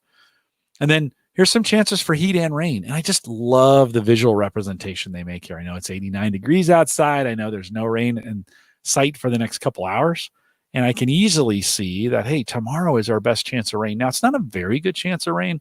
So tomorrow, let's see, today I watered out front. Tomorrow is the back, and it's kind of the back corner that's going to get watered. Chances are, because it's not looking good and we haven't had a lot of rain yet this summer, I'm going to probably water tomorrow. Like, I'm going to take that chance. It's not strong enough, and it doesn't look like it's going to be. Now, if I water and it rains, it's not that big of a deal, right? But it is one of those things that I just love. I call myself the weather nerd on Twitter. By the way, if you follow me on Twitter, you'll get Omaha weather every morning at 9 o'clock. So you can see many of you tweet that back to me, and I appreciate that. The Weather Channel also has a really good app powered by Watson. And if you actually want to keep track of the COVID stats in your area, that's included. I don't know why they did that, but it's included in the weather app. Mike, what do you use for weather? I use the weather app. Yep, I use that. But actually, I was just opening up. So this is the My Radar, because I like the look of this as something you could leave up on a screen, just like what you said. And there's actually an app for Windows, like you talked about. I thought it was a browser thing, but it's not. There isn't even an option for $2.99 removes the ads. And is this what you're using on your iPhone as well, or are you using the weather? No, I use the Weather Channel app on my phone. Me too. Yep. I like to look at the COVID stats and some of those kinds of things as well. And our routine is usually, for me, it's in the morning, or actually it's right before we go to bed. Is it going to rain overnight and into the morning? Go out into the garage to switch the system to off. If I know that our system runs Monday, Wednesday, Friday, Sunday. So every other day ours is running, and we just go out and we'll turn it off if we know. And we're usually getting into a pretty good habit of that. The hard part is sometimes we forget to turn it back on. So there have been days where it's been missed because it's not on. But that's kind of our system. The other thing about the watering in the summer too is even the main irrigation system you have, one that came with your system, has a setting, right? So are you in the A setting, the B setting, or C setting? I think mine comes with like 3 different presets you can set it to that are programmable. So I have spring and summer, right? A and B. And B just increases the times by just a little bit around each section. And I double check those every year just to make sure, okay, my summer, it didn't go too much, did it? Like I'm not having a runoff into the street. I'm not watering too much. But it does give it a nice little boost. And I only do it really when it starts to get I haven't even switched it this year yet. It just started getting hot around here. So I'll probably switch it into the summer mode now. Yeah. Now the heat has hit. There's definitely no reason to do it before. And it's just easy, right? And then you just switch between your spring and your summer modes and you're set. I think the key to all of this is monitoring, is getting out, walking your lawn from time to time. Walk it, not just for mowing it, but walk it, just you're spending this time on it. Go enjoy it. Right. Walk through it. Take your shoes off. Walk through your grass. It's pretty great, right? For me, especially out front, it's just like a carpet. I've contemplated sleeping out there. It's so soft. That Zoysia is so soft. It's so great. When that thing is perfect and working well, man, there's no better looking lawn in the neighborhood than mine. When it's bad, it's really bad. So get out, walk around, see where your trouble spots are. Make sure you're applying and you're treating those trouble spots, getting them early. If you're seeing an infestation of weeds or bugs, get to those earlier. You'll appreciate it. Trust me, in August, you'll appreciate you knock that thing out in early July to make sure it gets done. Scott's, who I'm a big fan of, Dave isn't. He does in the spring. You talk about he does his own chemicals. I'm the 4-step plus grub guy. So I go Scott's. I buy that in early spring. It's sitting in my shed right now, just waiting to go through the 4 steps. I'm already 1 and 2 are down, 3 and 4 are waiting for me to do, and I've already put the grub control. But Scott's makes some recommendation. I think they're good as we think about some things to think about, right? So for the early summer, feeding your lawn, making sure it's got enough, you got the right, the right food for that stuff to grow. You don't want to fertilize it too much, but certainly you want to make sure it's healthy, right? Treat for grubs, mow high. That's a lot of guys and gals make the mistake, of just grinding it down. In the very early spring, I set my mower way down just to kind of take everything down, get all that junk out of my lawn, and then let the spring it'll come back pretty quick. That grass is reserved energy for the spring anyways through the winter. But in summer, you want to mow as high as you can. Dave said this when he was on Let Clippings Lie, yes, I was just going to say that one as well. And that's one of the do as we say, not as I do. I bag every single time. Mainly because I don't want to switch between on my riding loader. I don't want to switch between the mulching kit and the non-mulching kit. You got to switch blades, and it's just a pain. So I just bag every time. But you are supposed to, especially in the summertime. Summer's really important to let those clips lie.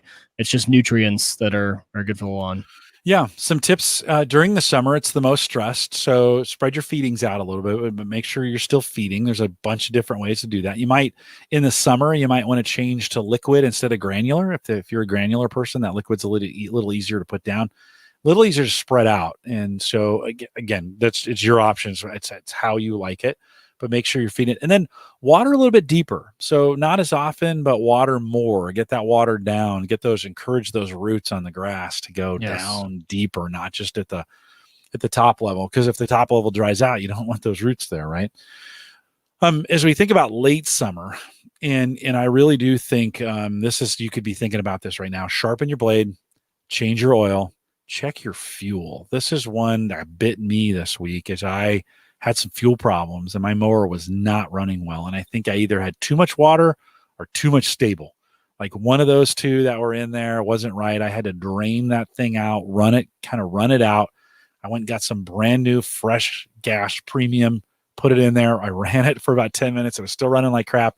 And then at one point it just kicked over and came back. Like I had gotten some bad fuel in the system, whether it's water or, like I said, stable or whatever. I've been using like a stable fuel stabilizer, and there's a couple different. I'm going to give you a recommendation here in just a second, but it may be a good time to just run some maintenance on your mower. Mike, I always thought I had to go to a shop to do that, and I have learned the average guy can do their own maintenance. 100%. You can drain your oil, fill it back up. It's not that hard. Yeah, even for you guys. Yeah, you can. Even for those guys, if you have a riding lawnmower, I have these little lifts, and they're literally. I mean, I'm on video. I'm trying to show. They're not that big, so they're for your wheels, right? And they are probably the width of the wheel. They stack, so they're super small and tiny, not really long. And they're ramps that as you drive over them, that's when they level out. So they've got like a curve to it. So you wedge them under your tire, and you just drive a little bit, and it kind of like pushes you up onto them, and they rock, and then they stop. Super cool for doing maintenance on a riding lawnmower at home. Jim, did I tell you my embarrassing story about changing my oil? No, do it. Okay, I was changing the oil in my riding lawnmower, and I was listening to a podcast while I was doing it, and all of a sudden, so I'm putting the oil in. I'm like, oh, geez, Mike, I'm not even paying attention to how much oil I'm putting in. I'm like, I don't know where I'm at. So I let it sit for just like a minute or two. I put the dipstick in, pull it out. I'm like, oh, I must have put like nothing in here. I caught myself too soon. Good to go. Kept pouring, dipstick again. And I'm doing that. I'm doing it right. I'm doing the towel and stuff like that. I'm like, man, like, where is this? Like, okay, so like was so high. I was looking at the bottom and I was looking for a line. It was so high, but I didn't notice. I'm like, okay, I'm just gonna turn it on and see. I turn it on and it just flumes smoke. I mean, there is smoke just rolling. Looks like I started a diesel truck. This thing is just rolling smoke. I'm like, well, that was way too much oil. And so I did the dipstick one more time. Okay. It's supposed to be like an inch on my dipstick. It was literally 6 like all the way up. It was as full as you could go. Yeah. Which the hard part was about this. I was wasting oil. It was one of those where I just wasn't paying attention. I was listening to the podcast. I drained it. And on this riding lawnmower, it's super easy to drain. Okay. It's got one of those twist, pull out, and you put it's got a little hose on it. You put the hose on first, twist, pull out, and the oil just drains nicely for you. Good. Drained a little bit out, close it up, ran fine. But it was one of those embarrassing moments as other dads were driving by. I'm like, don't look. I know this. Oh, geez. Like they're like smoking. Yeah. Rookie move, totally rookie move. No, it's good to go on YouTube and watch others. There'll be somebody who's changed the oil on your mower. They'll done it. And they'll recorded it, and you can look at your manual for how much oil goes in. Yeah.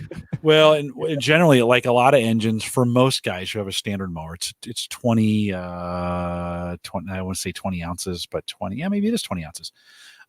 It's pretty standard. So if you buy the small bottle of oil, the 20 ounce measured, it's measured out for you. Just put it in. Like you don't even have to think about it. But yeah, good to check how much is going in there. But you absolutely can do the maintenance yourself. You can sharpen that blade yourself. You can change the air filter yourself. That's probably the easiest thing to do. If you're in dusty conditions, that you may have not checked your air filter ever. Some people forget.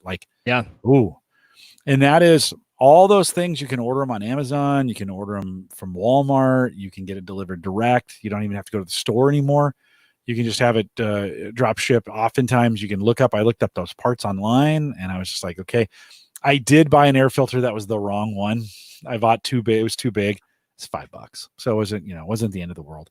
But as you do this more often, you get better at it. One of the things, Ed Sullivan heard us talking about this, and he threw me a recommendation for, this was originally for the generator, but you could use it for your mower too. If you're going to be storing gasoline out in your shed or in the garage, it's going to be sitting for a while, you might want to stabilize that. And so he swears by this pre-G super concentrated. It'll get you 256 gallons out of this one. You squeeze it, it fills up the top, then you pour it out. Super good. Stable is another brand that does this.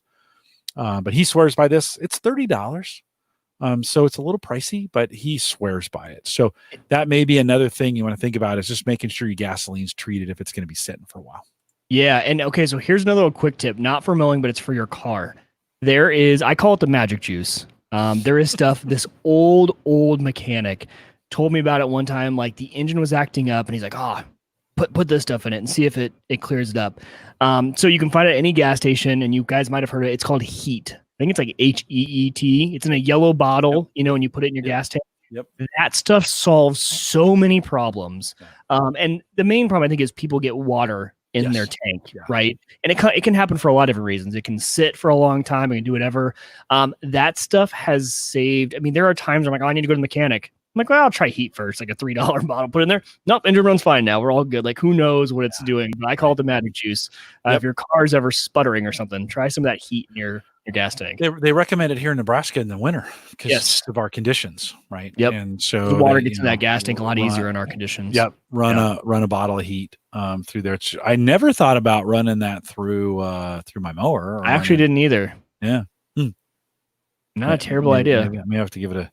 Maybe I'll have to give it a try. Couple more recommendations kind of before we close this up. One is summer is an easy time. You know how Dave, when he said, you just like do a mow during the week, just get it out of the way, just get out there and crush it, and then go back on Saturday, take your time. I see a lot of guys do this where they just mow the exact same way every time they mow. Like they mow the same pattern, the same way. And you might be thinking, oh, those cross lines on someone's lawn is vanity, it's vain. No, it's actually a good thing to do, is to change up your patterns even slightly. Go make that angle just a little bit different. Go a little flatter on the angle than you did before. Change up. If you're always going around one way, go around another way to get it done. Yeah. Just at a minimum, if you can do that, right? Go the opposite direction. It's not going to help with your wheel lines. A lot of times it's your wheel lines that are, if they're running in that same system over and over. And one other quick tip someone gave me when I got a riding lawnmower, and I don't know if it'll help you new riding lawnmowers. The ones you guys have had it for a while, when you do your lines, right? Always go one full wheel width back over the other way, which is really only going to utilize half your deck. It cuts your deck almost in half, a little more than half. So you're only getting half your deck's worth of width. When I first got my riding lawnmower, I was trying to get almost as much as I could, almost a full deck's worth every time I went down. Those wheels and those riding really smash it down. And when you need to go back over it, you need to go all the way back over. So it really picks that grass back up and mows it again. I was getting, and especially on my turns, I was getting like almost like a wave effect. That totally solved it. So on your turns is going one wheel all the way in. It's important on a push mower, even more important on a riding lawnmower. Yeah, no, good advice. It's just a good way to kind of make sure you're not putting grooves in your lawn, and you will. Yeah. You will. You're going to mow it with that ground too wet, and you're going to push it down, and you're going to do it again. I got some spots, especially on the edge, where it is. And I need to get some, every year I put seed down in there to try and fill in those spots. And it just that one time you're rushed and it was way too wet and you should have waited, but you needed to get it done before company comes over, and all of a sudden you pay for it for the next few weeks because you got an indent in your yard. Again, back to rule number 1, your lawn will never be perfect. So I just kind of go, okay, good. Last bit of the 12 commandments. I should have said that earlier. These were the 12 commandments of summer lawn care. But if you need some new garden equipment, and as you're working through this, you might be thinking, my stuff is just not stacking up. We always think about Slick Deals for computer stuff. You can use Slick Deals for garden stuff too. I didn't know that. Okay. Yeah, no, you can. I've actually, I use Slick Deals for my running shoes. So I put in like what I want, especially when like the running companies that they're run by the mafia, I swear. Like this shoe is, new is $130 and everybody sells it for 130. There's no price pressure. Every place has it for $130. Then they run and like this is the 20. No, let's say this is the 19. When the 20s come out, these drop into the 70s or 80s and they go to the outlets, and then the 20s are $130, right? And what you want to do, you want to catch that sweet spot is when they first hit the outlets, because the size I need, it's a pretty average size, so it goes pretty fast. Same thing with lawn equipment, right? When do you think the best time, Mike? When do you think the best time to buy lawn gear is? I would guess fall. Yeah, right. Just going into winter. Yeah, just going into winter. Everybody's trying to dump that year's where it's very seasonal. Yeah. Target, right. Walmart, whatever, the Ace Hardware, they're trying to dump their fall stuff in oftentimes. And, Slick Deals is people who find deals and then post them there. And so the community, I was looking up today. I love DeWalt tools. The Slick Deal community. Got a new one right there, actually. Yeah. A new drill. Hasn't even been used yet. The Slick Deal community around DeWalt is amazing. Like, really? Oh, I get a Slick Deal almost every day on a DeWalt tool of some kind. And, and I'll never pay full price for any of those things because there's always a deal going on somewhere. And Slick Deals helps me kind of. So go to slickdeals.com. There's an alert. They're easy to set. Go search for something, find it, make sure that's what you want, set the alert. So maybe you're looking for a particular mower, you're looking for an edger, you're looking for hoses, you're looking for whatever, right? Whatever those things. Chances are it may be on Slick Deals. So set up those alerts and wait. If you're thinking, God, I got to fix this. First of all, Mike said this, and it's never been more true. You can't do anything today that's going to have an effect tomorrow. No, it's just not going to happen. So you don't have to hurry on these. But it may be a good opportunity as we think about going into fall. What are those tools that you don't have that you could pick up as they're clearanced on their way out? Irrigation stuff, especially the mechanical. Target does this all the time. The mechanical watering timers and stuff like that. They carry those. They clearance those for close to nothing in the fall. Okay. Yeah.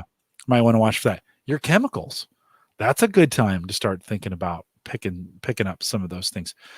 Sometimes the spring stuff, so the plants or the chemicals or whatever that are spring, they're going on sale right now because they can't use them anymore. They're marked spring. Mm-hmm. They want to get rid of them. Now is a good time to pick it up. That stuff doesn't expire. Pick it up and throw it in your shed. You can use it next spring. Get it at pennies on the dollar and store it somewhere if you can safely.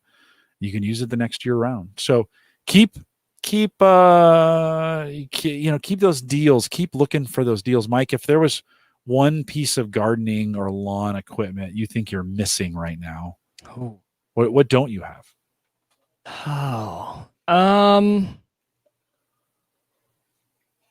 That's tough. I would love a more powerful gas edger.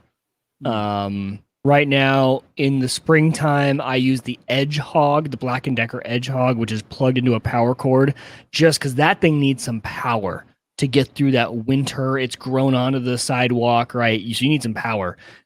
After that, so I'll trench for two weeks with that thing. Ever since then, I have an attachment that replaces the end on my weed whacker. But again, not very powerful. So I think I would use probably a gas edger would be my thing. I could also use some sort of, I don't even have a seeder.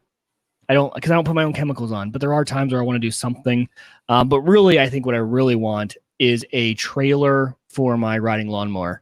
There are times when Hannah and I are doing mulch, and I would love to load it all into a little wagon and then just drive it around the back of the lawnmower to all the different spots we have, because we're heaving it everywhere. And a wheelbarrow would be nice, but it would take up a whole extra spot. I already have the riding lawnmower there, so I think that'd be cool. Chat room, let me ask you that same question. What are you missing?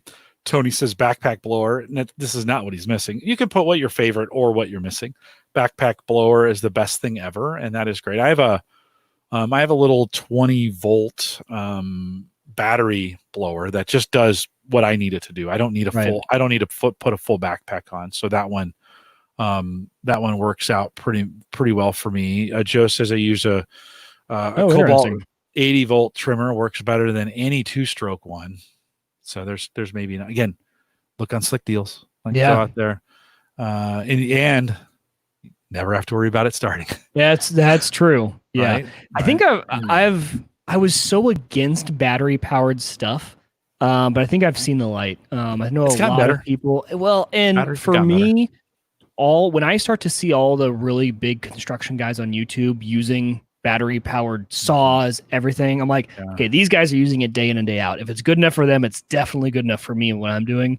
I always just I couldn't trust the power before, right? Like how much power has this given me? And I think I'm ready to pretty much start going battery everything. Yeah, I've been doing that for a while. With the exception of my blower, I still do like my gas blower. You get it's a backpack? It's not. It's just a handheld Steel brand one. I love Steel branded stuff is awesome. Okay. But I have gas everything. So I either have gas or plug in with a plug. But I don't think I have anything that's plugged in with a plug except for my Edge Hog. Everything else is gas powered for me. Tony says he loves his John Deere dump trailer. I wonder if that's the one there's one that folds up. Actually, it's like a full trailer I think it's a John Deere brand even. It's either John Deere or Cub Cadet, and you can fold it up flat and put it like on the wall, and then it unfolds. Kind of cool. Tony says he'd love an aerator, and that I'd actually love like a mini aerator. I don't want the full, I'd love a smaller version. Somebody in the chat earlier said, they have those shoes you can buy that have the spikes on the bottom, and you can walk around your lawn, and that will help aerate the lawn. Yeah. You could do it that way. I don't want that one. I'd love to have more of a mini aerator than a full size one. So this has been my app idea forever. We talk about these things that we all want, right? And odds are one of your neighbors has it.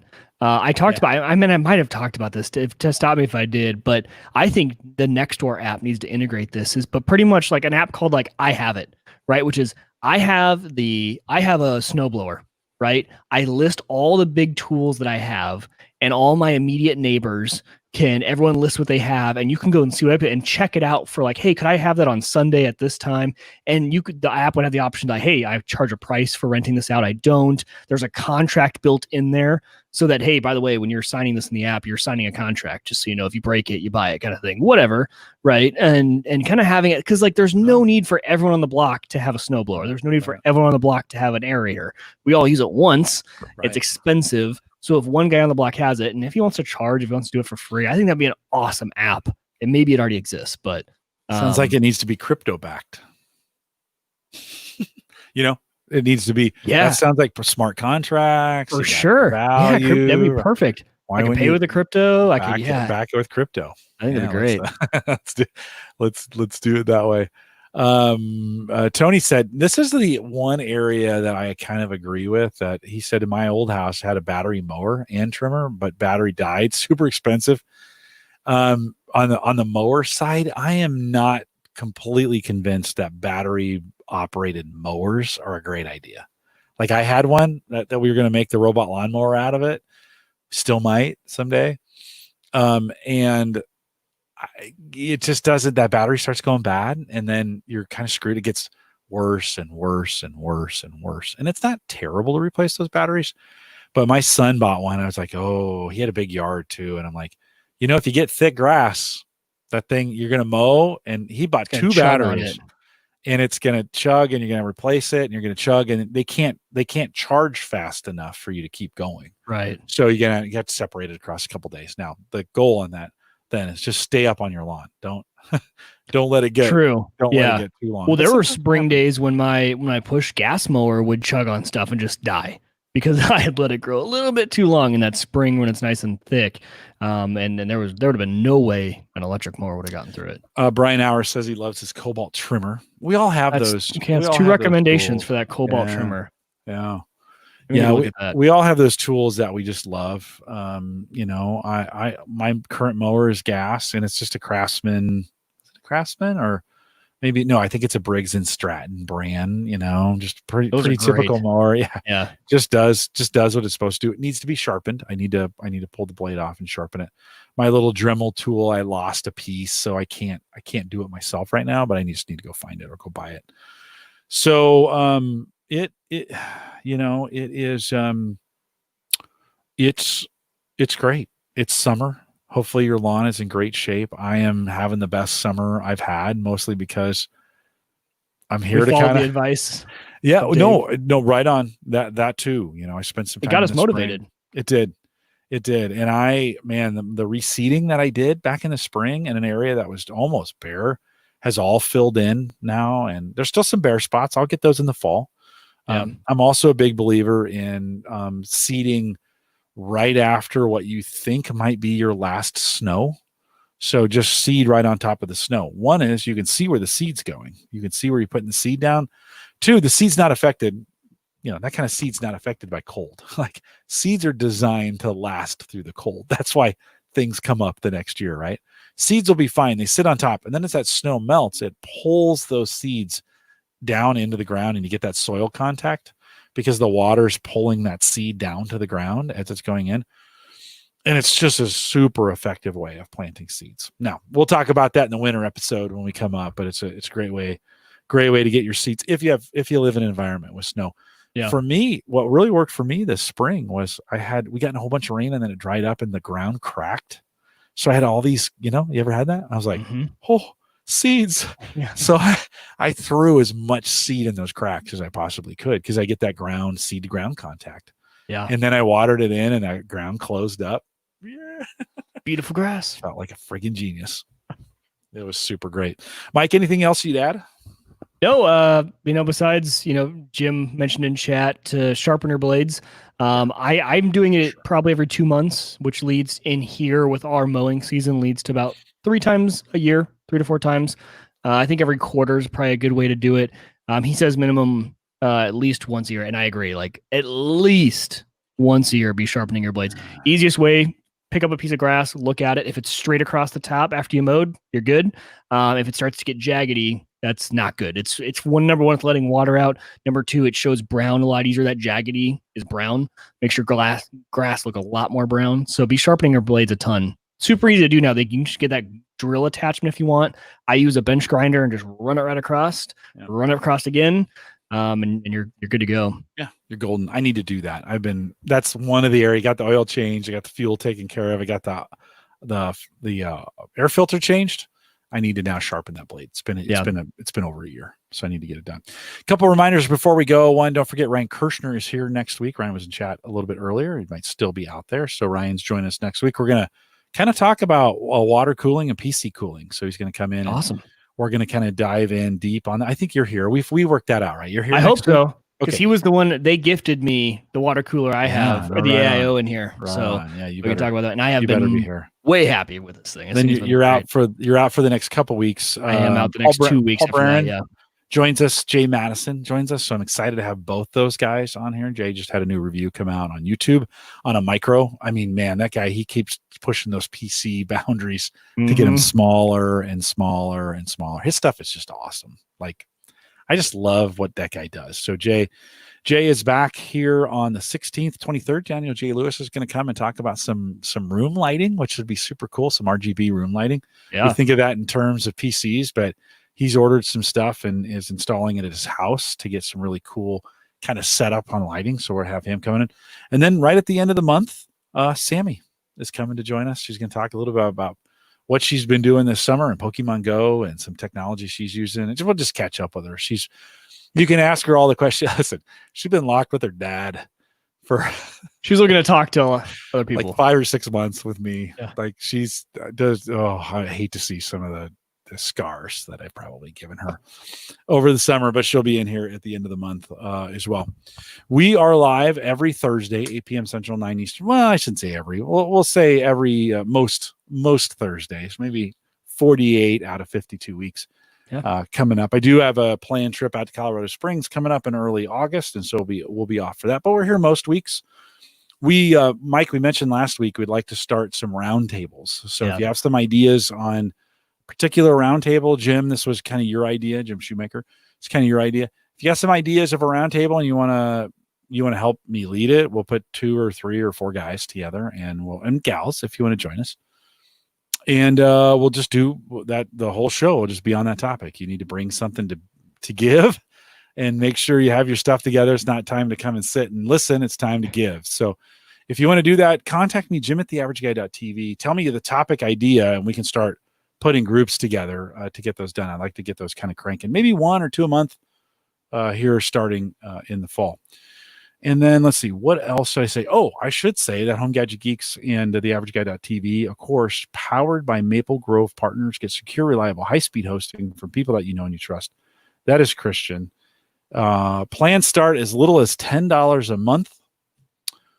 MapleGrovePartners.com if you want to get that done. Join us in our Discord group. It's been a little quiet, but that's okay. I think we're all pretty busy at the moment. So theaverageguy.tv/Discord if you want to jump in that conversation over there. And Brian, you'll have to let me know how the app went. He was out. He's going to listen to the first half and then go out for the second half. Hopefully he's still listening. We'll stay around for a little post show. So Brian, maybe you'll be in from your walk. You can let me know. Brian F, that is. You can let me know how it went on the app going forward. We'll stay around for a little bit of post show. Thanks for coming out and listening tonight. And with that, we'll say goodbye, everybody.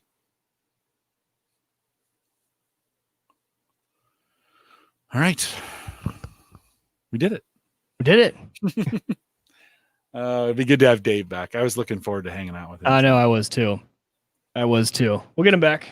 We'll get him scheduled for September, late August, early September. Yeah. Tony, I've seen you posting about this Firewalla.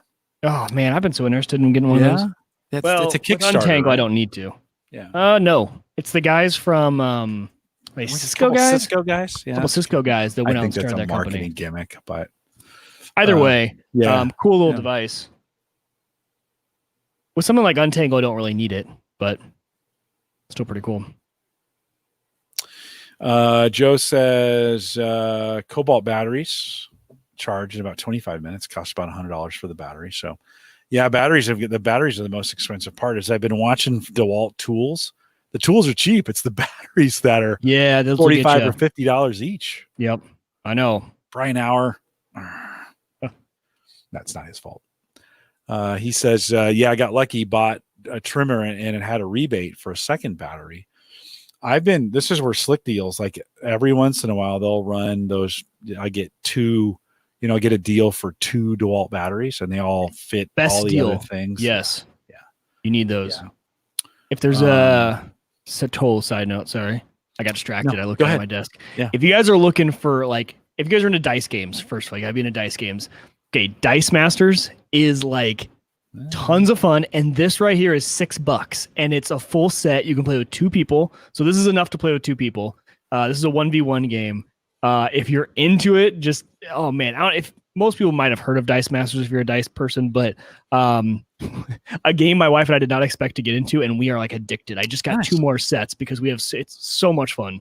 Cool. If you like dice games, it's so this one's the War of Light people, and then I have the Spider-Man set. They're all the superheroes, and you're rolling the dice to get your characters out in the field. There's a setup for it. It's a ton of fun, and just the cheapest game I've ever seen. This whole set was $7, $6-7. Wow. Yeah, that sounds fun. I know. For that, it's give it a shot. Yeah, it looks nerdy, but my non-nerdy friends like it too. Brian says he's still on the walk. I was listening on the app. Perfect audio, no issues. A nice long walk, Brian. Good for you. All right. That I don't know if I could walk that long. Ron says, roundtable and 3D printing. Should I get Chris from Chris Basement? Ron, if you got, I'll take whoever you want to get for the roundtable. If we can just line up some experts on it and kind of walk our way through it, that'd be great. Only issue is that I think the chat on the app isn't connected to the chat on YouTube. That is correct. Yeah, because it's Spreaker chat. That's why it's Spreaker chat, not YouTube chat. Ryan, so you're still on your walk, so I'm guessing you're chatting in YouTube. Could you just leave the YouTube open? That's what I would do now. Almost the mobile app for me. Now that we stream live to, I guess we've always streamed live to YouTube. You need to carry 2 phones. I guess my point is now that we use YouTube chat. Back when what did we use? Well, what was that app? Chatwing. Back when we used Chatwing, and you had to be on our live page. Watching on YouTube didn't make much sense because you couldn't participate in the chat. But now the YouTube app is essentially our all-in-one. And even if you don't have the bandwidth, it'll knock it down and be really low bandwidth. Might be one way to do it. You might chew through your mobile data. Maybe that's a different reason why you wouldn't want to do it. I just carry 2 phones. Watch on one, chat on the other. But in the YouTube app, the chat's right under the video. No, I know. It's great. Oh, no. I got you. No, he did say he could watch it on YouTube, but it would chew up his battery. Oh, he was trying to stream it. He was trying to stream it. Yeah, got it. Okay. I missed that part. I appreciate that. Well, I missed the part about the YouTube part with you. It was great. Like I haven't got any feedback on that app in the longest time. So I was wondering if it even still worked.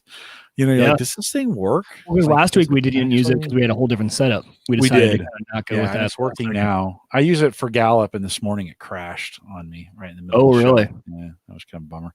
It happens. It's not that big of a deal.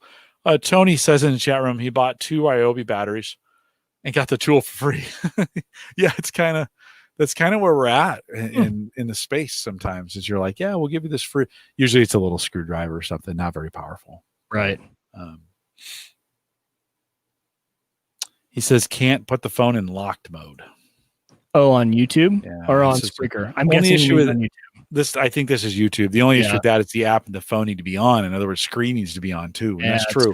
Unless I think you have YouTube Red or whatever that. Oh, that's true. Yeah, you can keep listening in the background. I think you can. True. Yeah, I think you can, but you wouldn't want to. Like unless you had it for some other reason, Brian, you would not. Yeah, that's cool though that you were listening to us through the app and even heard me say that, and then jump back in on YouTube. Yeah, to get that done. Brian, does the app work in the background? So in other words, you can have the app playing and be using the YouTube chat. Is that what you were shooting for the other day? Is have the app playing? Is that what you were shooting for right now? The app playing? Me? Yeah, you. Is that what you were doing before? Have the app playing in the background and then use the YouTube chat to join us? Oh, no. I was just saying if you have that, just use YouTube for everything. Oh, I got you. Right? Like YouTube does it all. I would think you could run the live app in the background. YouTube Red, I guess is what it's called.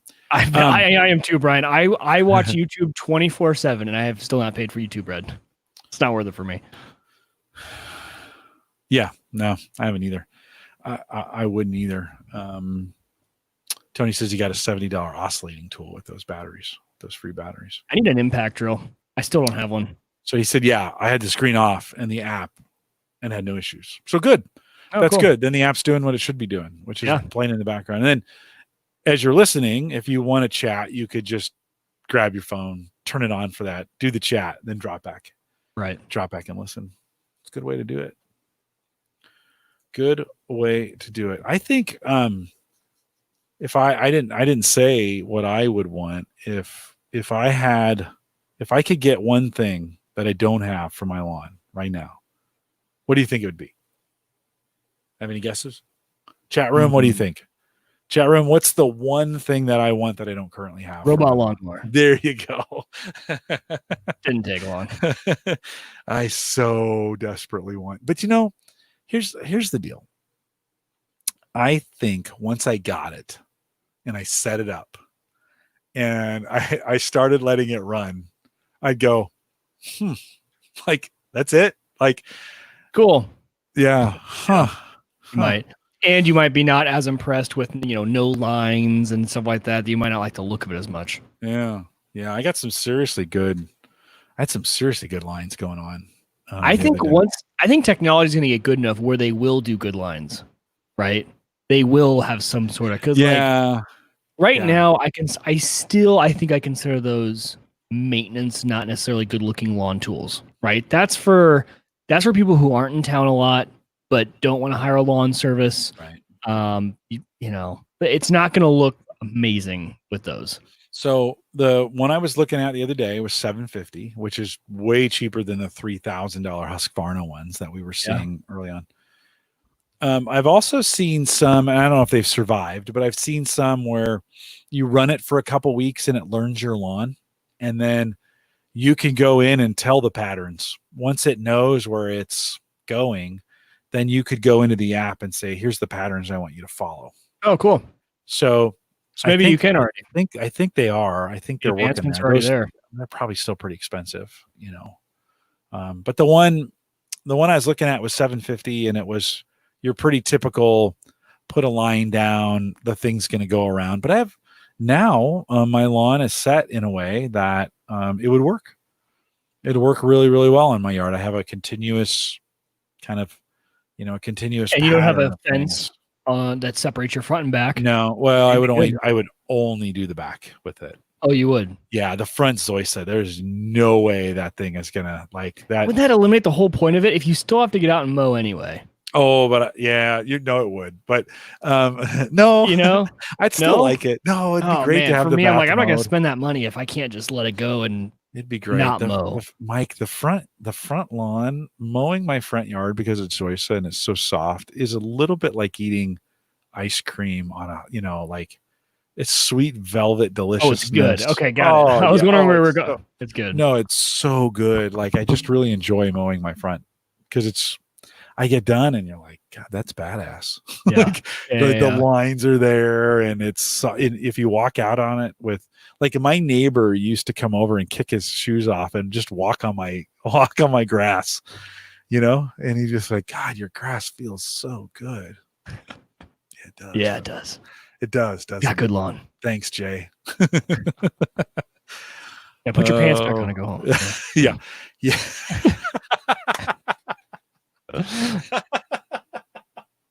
Oh, that's super great. That is super great. What, you got any plans for the weekend? Hannah's family's up. We're helping my brother-in-law move. We helped him pack the other weekend. Now we're helping him actually move this weekend. So that's about it. I need a mow. I'm behind by a little bit. Oh yeah. So you should try and sneak out. You in the office tomorrow? No, I'm not. Okay. I'm not gonna be back in the office. You're not in the office, August. so you could sneak out. I mean, I won't tell you boss. Yeah. I won't tell you. Definitely. Boss. Yeah, I think I'm gonna mow. I'll probably mow Saturday afternoon.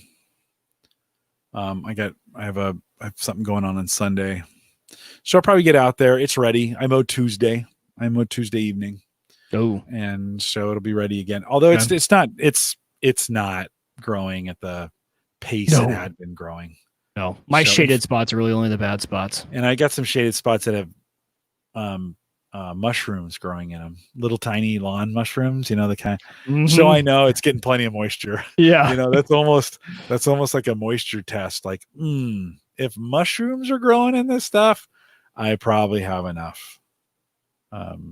So yeah, right. Jim. Sorry, Jim.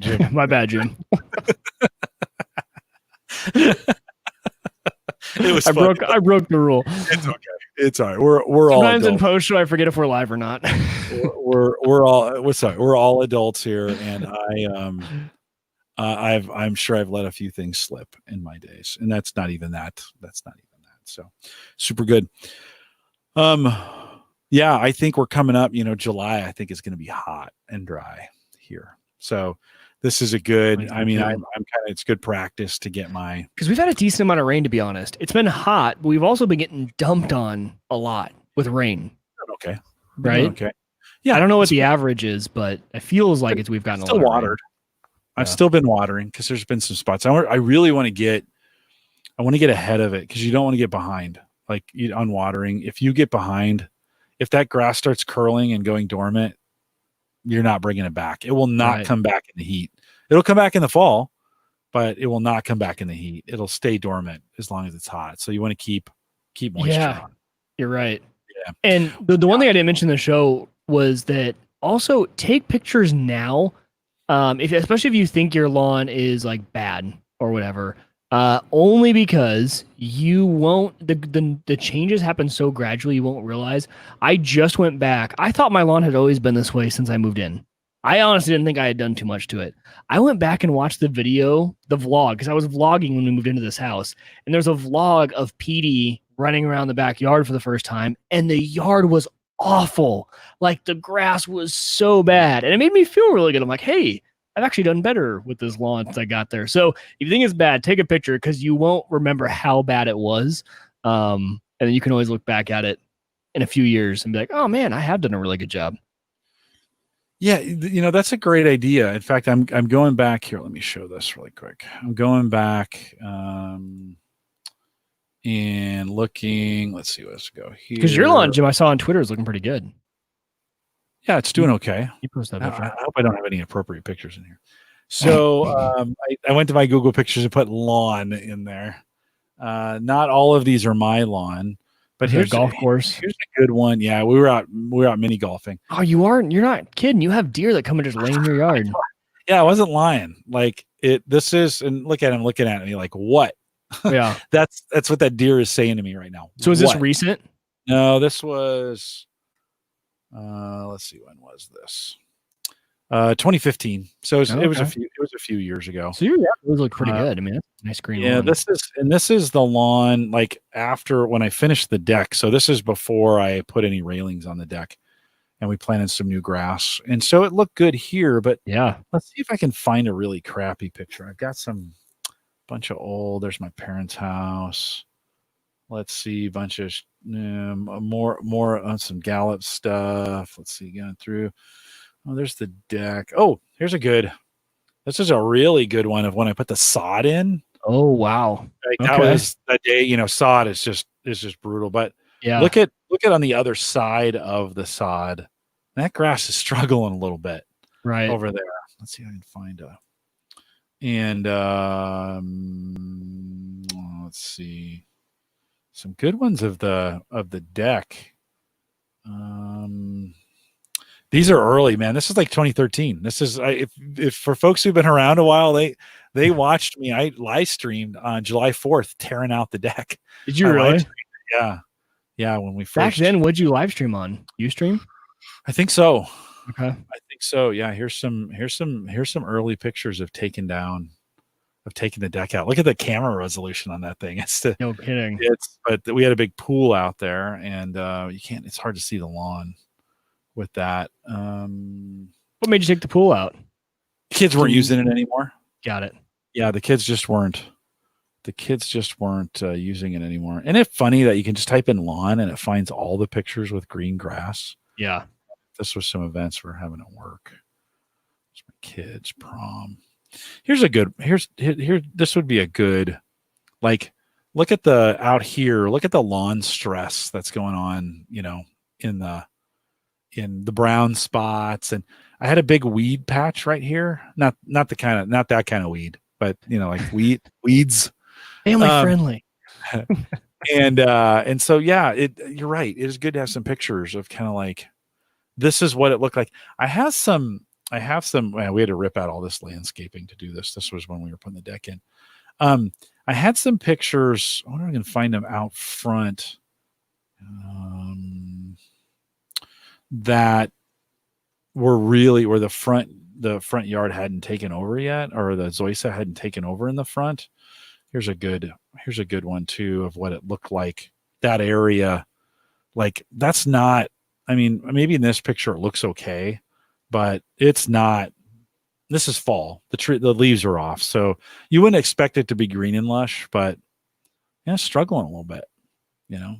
Right. So I like. And get back to that point of, let's see if I can find a picture of the front yard, because that'd be a really good, indication of like, you know, hey man, my kids are small in these. Well, man, here's some yikes. This is weird to see. So this is the side yard and what's the date on? Looks like it's wintertime or something though. Yeah, no, it definitely is. This is January of 2006. So 14 years ago. But it's weird to think like we have this area now is just filled in. I've got 2 big pine trees and we've got all kinds of things in there. Yeah. Yeah. Right here along this section right here, this is where my current mole problem is. They're living in this area here. Yeah. But anyway, so you can see this is the front yard out here. This is zoysia. And see how it turns brown in the winter. Mm-hmm. And so this was zoysia too, but we ripped that out and put regular grass in. But so that's a lot of people don't like zoysia because it does that. But man, we did some landscaping early. I can't believe we've had those in this long. Let's see, when was it's amazing how time flies like that, huh? Especially when we're looking at stuff like this. 15 years ago, I put in the fire. Here's the fire pit. This is all filled in now. Man, there's tons of stuff in here. Of course, this is gone. The fence is gone. And I put brick, I put these brick enclosures in, so we'd have some things and we filled it in with grass. But that gives you kind of, this is all, there's no more grass in this. This is all flowers, and wow. Yeah. Walk down memory lane. No, it is. I mean, it just kind of proves the point. It's like I haven't looked through these pictures in a while, and you start going, oh yeah, my lawn didn't look that great. Tons of soccer. Trip to Nicaragua. So I guess that's it. This is the freeze frame. So I just shared mine. This is the freeze frame I was talking about. Can you see my screen? Let me bring it up. This is the freeze frame from the video that I was talking about. And I mean, you've been over, and there is so much brown all through there. I mean, that's all just dead, and there's dirt lines, and he had just kind of tore up this yard, and that was everywhere. And now that's all pretty lush and green right through there. And I was like, I'm glad I had that video kind of showed, because it made me feel good. Right? Yeah, no, right on. I think it's gives you some ideas. I'd forgotten, I'd taken some of these pictures, and I still kind of don't know why I did. There's a lot of them look like projects, Yeah, I guess. I guess that's here. Let me show this one again. This was like, I look at this and I go, wow, I forgot it looked like that. We put this, these are really dark. I need to power wash these off. I forgot.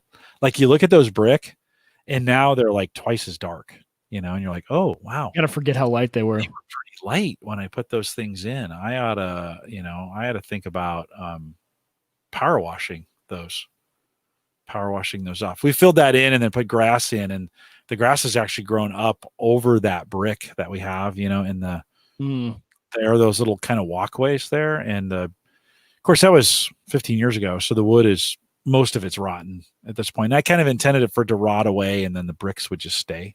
Yeah. It's taken a while for that to happen. Yeah, no, it's just been fun, kind of fun looking at these, like, oh yeah, here's the first year we were there. We had some really good flowers. Yeah. I have not been able to get flowers to grow like that because the deer just mow them down. Well, it's better than me. We can't grow anything to save our lives. Yeah. When we moved in the shed, there's Sammy. There's a picture of Sammy from a long time ago. There was a shed right here. They had put the shed up right behind the house. Like, you walked out the door, there was the pool and the shed. And like the whole, but you couldn't even see the backyard. Yeah. Yeah. No, it was super weird. Super weird. All right. Well, everybody's like, all right, enough of family pictures, Jim. Jeez. All right. Hey, if you join us live, thanks for joining us. We'll see you back here next week. And Ryan Kirshner's here, and we're going to talk about some water cooling and PCs. We'll get back on the technology bandwagon. We'll see you guys